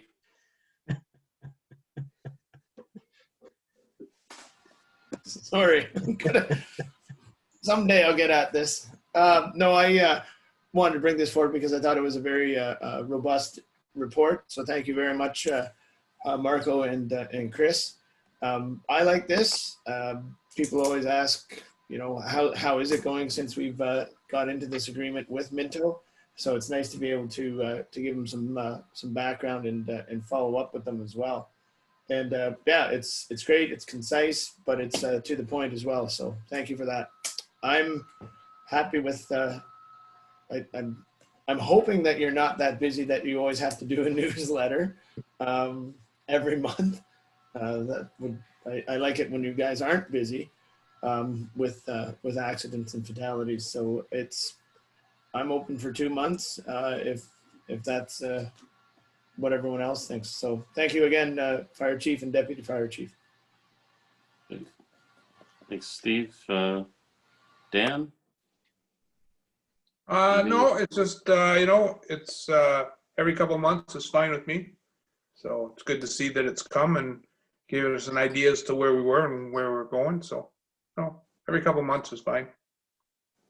Okay, thanks. Sherry? Yeah, I'm okay with that. Okay, Lisa? Yeah, I agree. I think every couple months is sufficient. I really appreciate the comprehensive report that's here, and yeah, I would kind of concur with Councillor McCabe. I don't want you to see you have that much information that you need to give us a monthly report. So I think that's fairly clear. There seems to be a pretty broad consensus that every couple of months is okay. And yes, I recognize that you don't put these reports together on the back of an envelope. So thank you for all the effort that goes into it, and appreciate the information that helps to keep us up to date. So thanks a lot. Okay, with that, I'll call the motion. All those in favor? That's carried. Thank you. Okay, now that moves us to item 7A.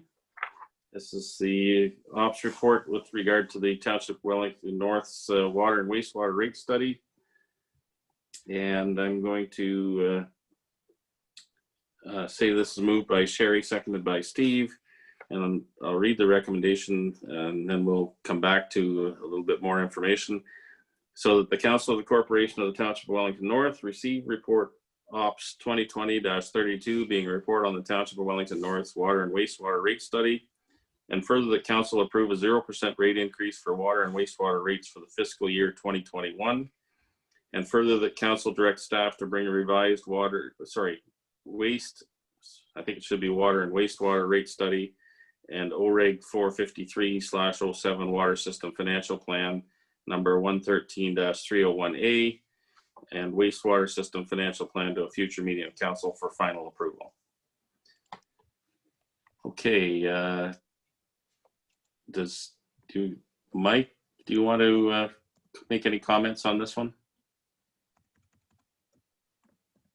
I think really the basis or the report is kind of a follow-up from the comments that came at the last council meeting about implementing a 0% rate increase for 2021. So doing that, as was discussed at the last meeting, will impact the financial plan to a certain degree, because it was based on the rate increase, which I believe was pegged at 2.5% for 2021. So that just needs to be reflected in the financial plan going forward. And I believe that's the impetus for the report. Matt can clarify if I've messed that up, but I think that was where we're at. He's given us the big thumbs up, so.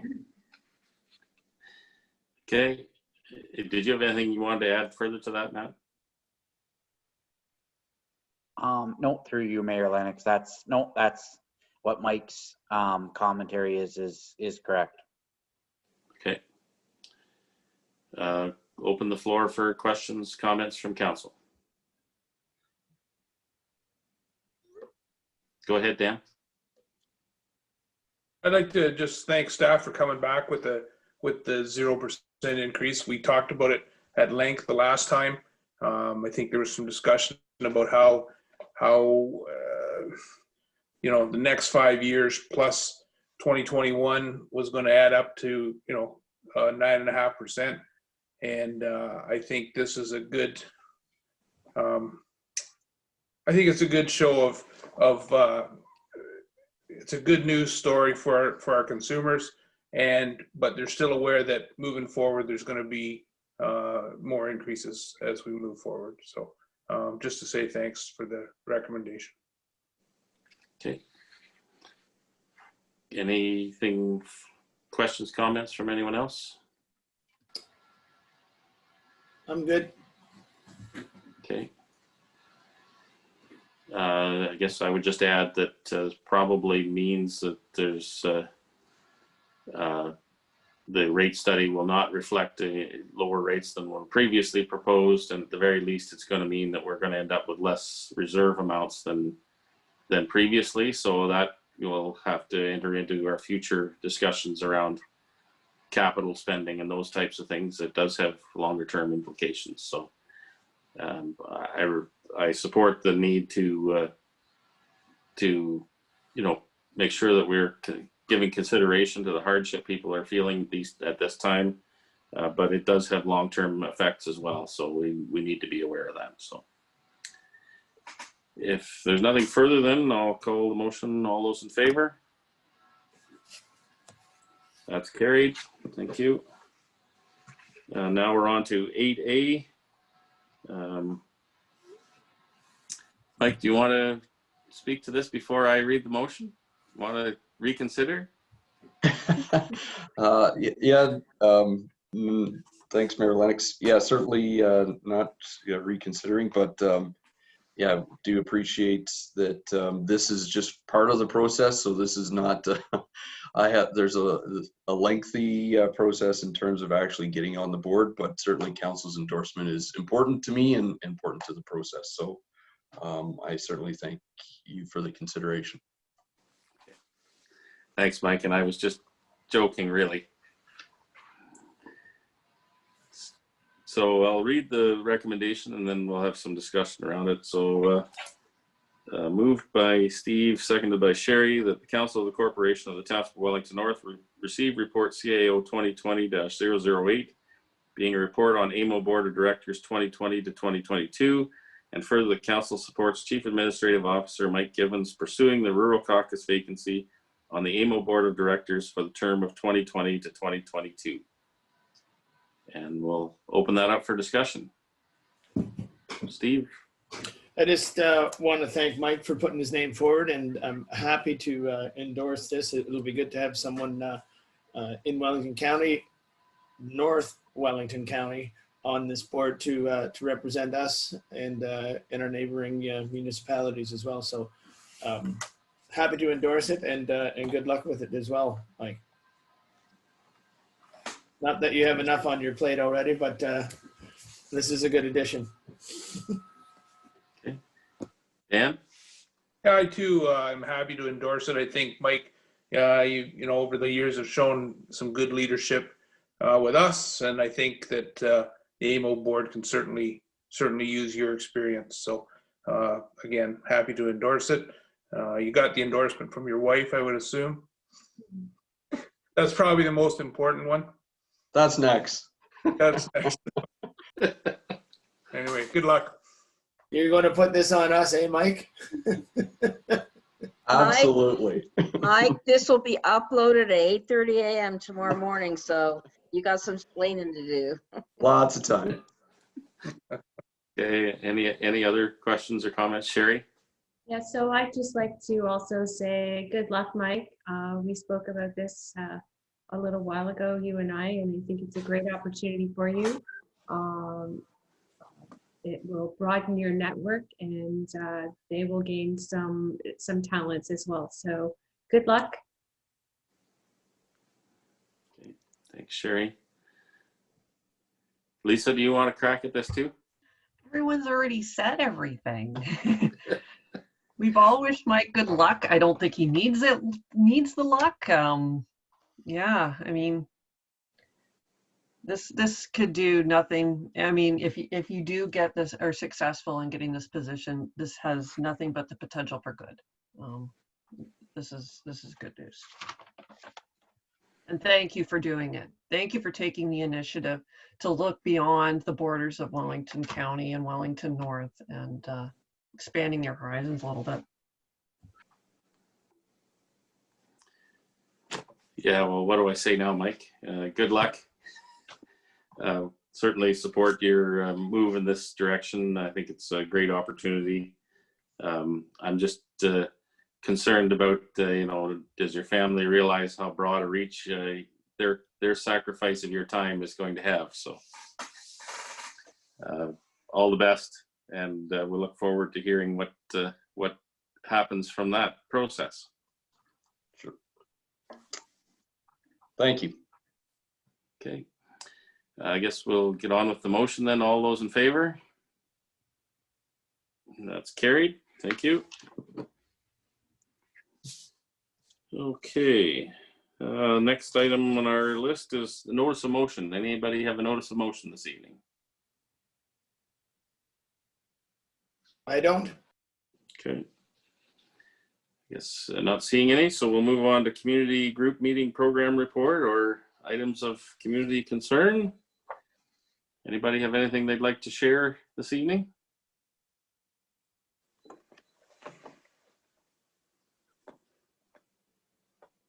Lisa, go ahead.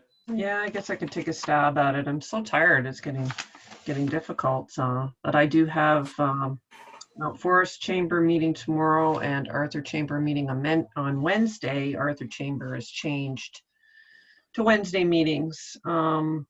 Just wanted to remind everyone, well, there is a Lions Chicken Barbecue coming up on the November the 26th. That's going to be a busy week in Arthur because November the 27th in the evening, there's going to be tree lighting at the Arthur Cenotaph. And then the 28th, a small Christmas market. So those two items that on the 27th and the 28th are kind of joint initiatives between the BIA, the Chamber, and there's a few other partners. So there's a lot of people working together, and that's a good thing. So that's it for my report. So thanks. Okay. Anybody have anything else they'd like to report on this evening?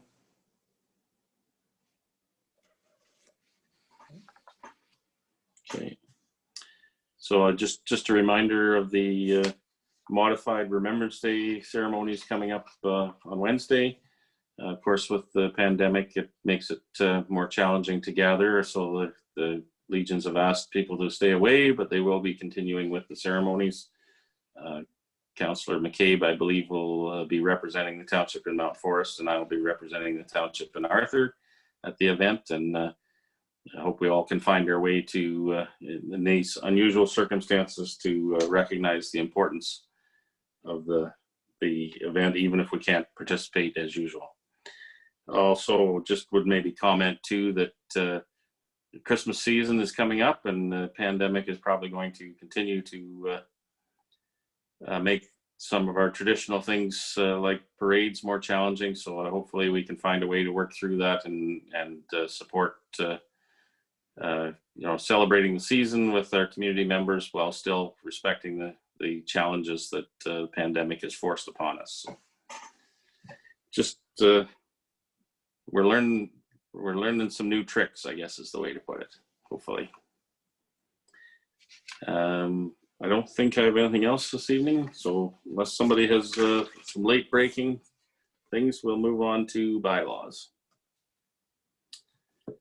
So we've got a couple of bylaws to deal with this evening. Moved by Dan, seconded by Lisa. That, wait a minute. Oh, we got to deal with this too. Okay, so the bylaw number 78-20 being provisional drain bylaw to provide for repair of the Voss drainage works to be read a third time and enacted. So this is from a previous one. Any questions or comments on that third reading of that drainage bylaw? Okay, all those in favor? It's carried. And moved by Sherry, seconded by Steve, that bylaw number 93-20 and 96-20 be read a first, second, and third time and enacted. Any questions or comments on either of those? Okay, all those in favor? That's carried. Thank you. Cultural moment. I don't, given the time and we still have some work to do, I'm not going to read that out. I'll just reference that cultural moment that we have again in our agenda this evening. Again, remembering nursing sister Alice Cook. So how apropos for just prior to Remembrance Day. That being said, we'll move on to our closed meeting session. So we have a meeting Sorry, let me get to my recommendation here. So we're going to move into closed. So the recommendation moved by Steve, seconded by Sherry, that the Council of the Corporation of the Township of Wellington North go into a meeting at 9:45 p.m. that is closed to the public under subsections 239(2) of the Municipal Act 2001 specifically for item C, a proposed or pending acquisition or disposition of land by the municipality or local board. And we're going to deal with the reports EDO 2020-30, EDO 2020-29, CAO 2020-009, and the review of closed session minutes from October 30th and October 26th special meeting. Steve? Do we, sorry, do we have to deal with bylaw number 95-20? That's the one that you have pecuniary interest in? We already did that. Did we? Oh, I thought we had to do it again. Sorry. All right. Okay, good. It's all We taken did care it, of. we did it when we come out of public meeting. Okay, good. Just wanted to check. Okay, thanks, Steve. So we're heading into close now. All those in favor? That's carried. Thank you. I just want to confirm before I push somebody out, because once you're out, you can't get back in. Dale Small, Matt Aston, Dale Clark should be in the closed meeting together with Mike, myself, and council. And Adam. Come on, Adam. Okay, you want to be in too. Okay.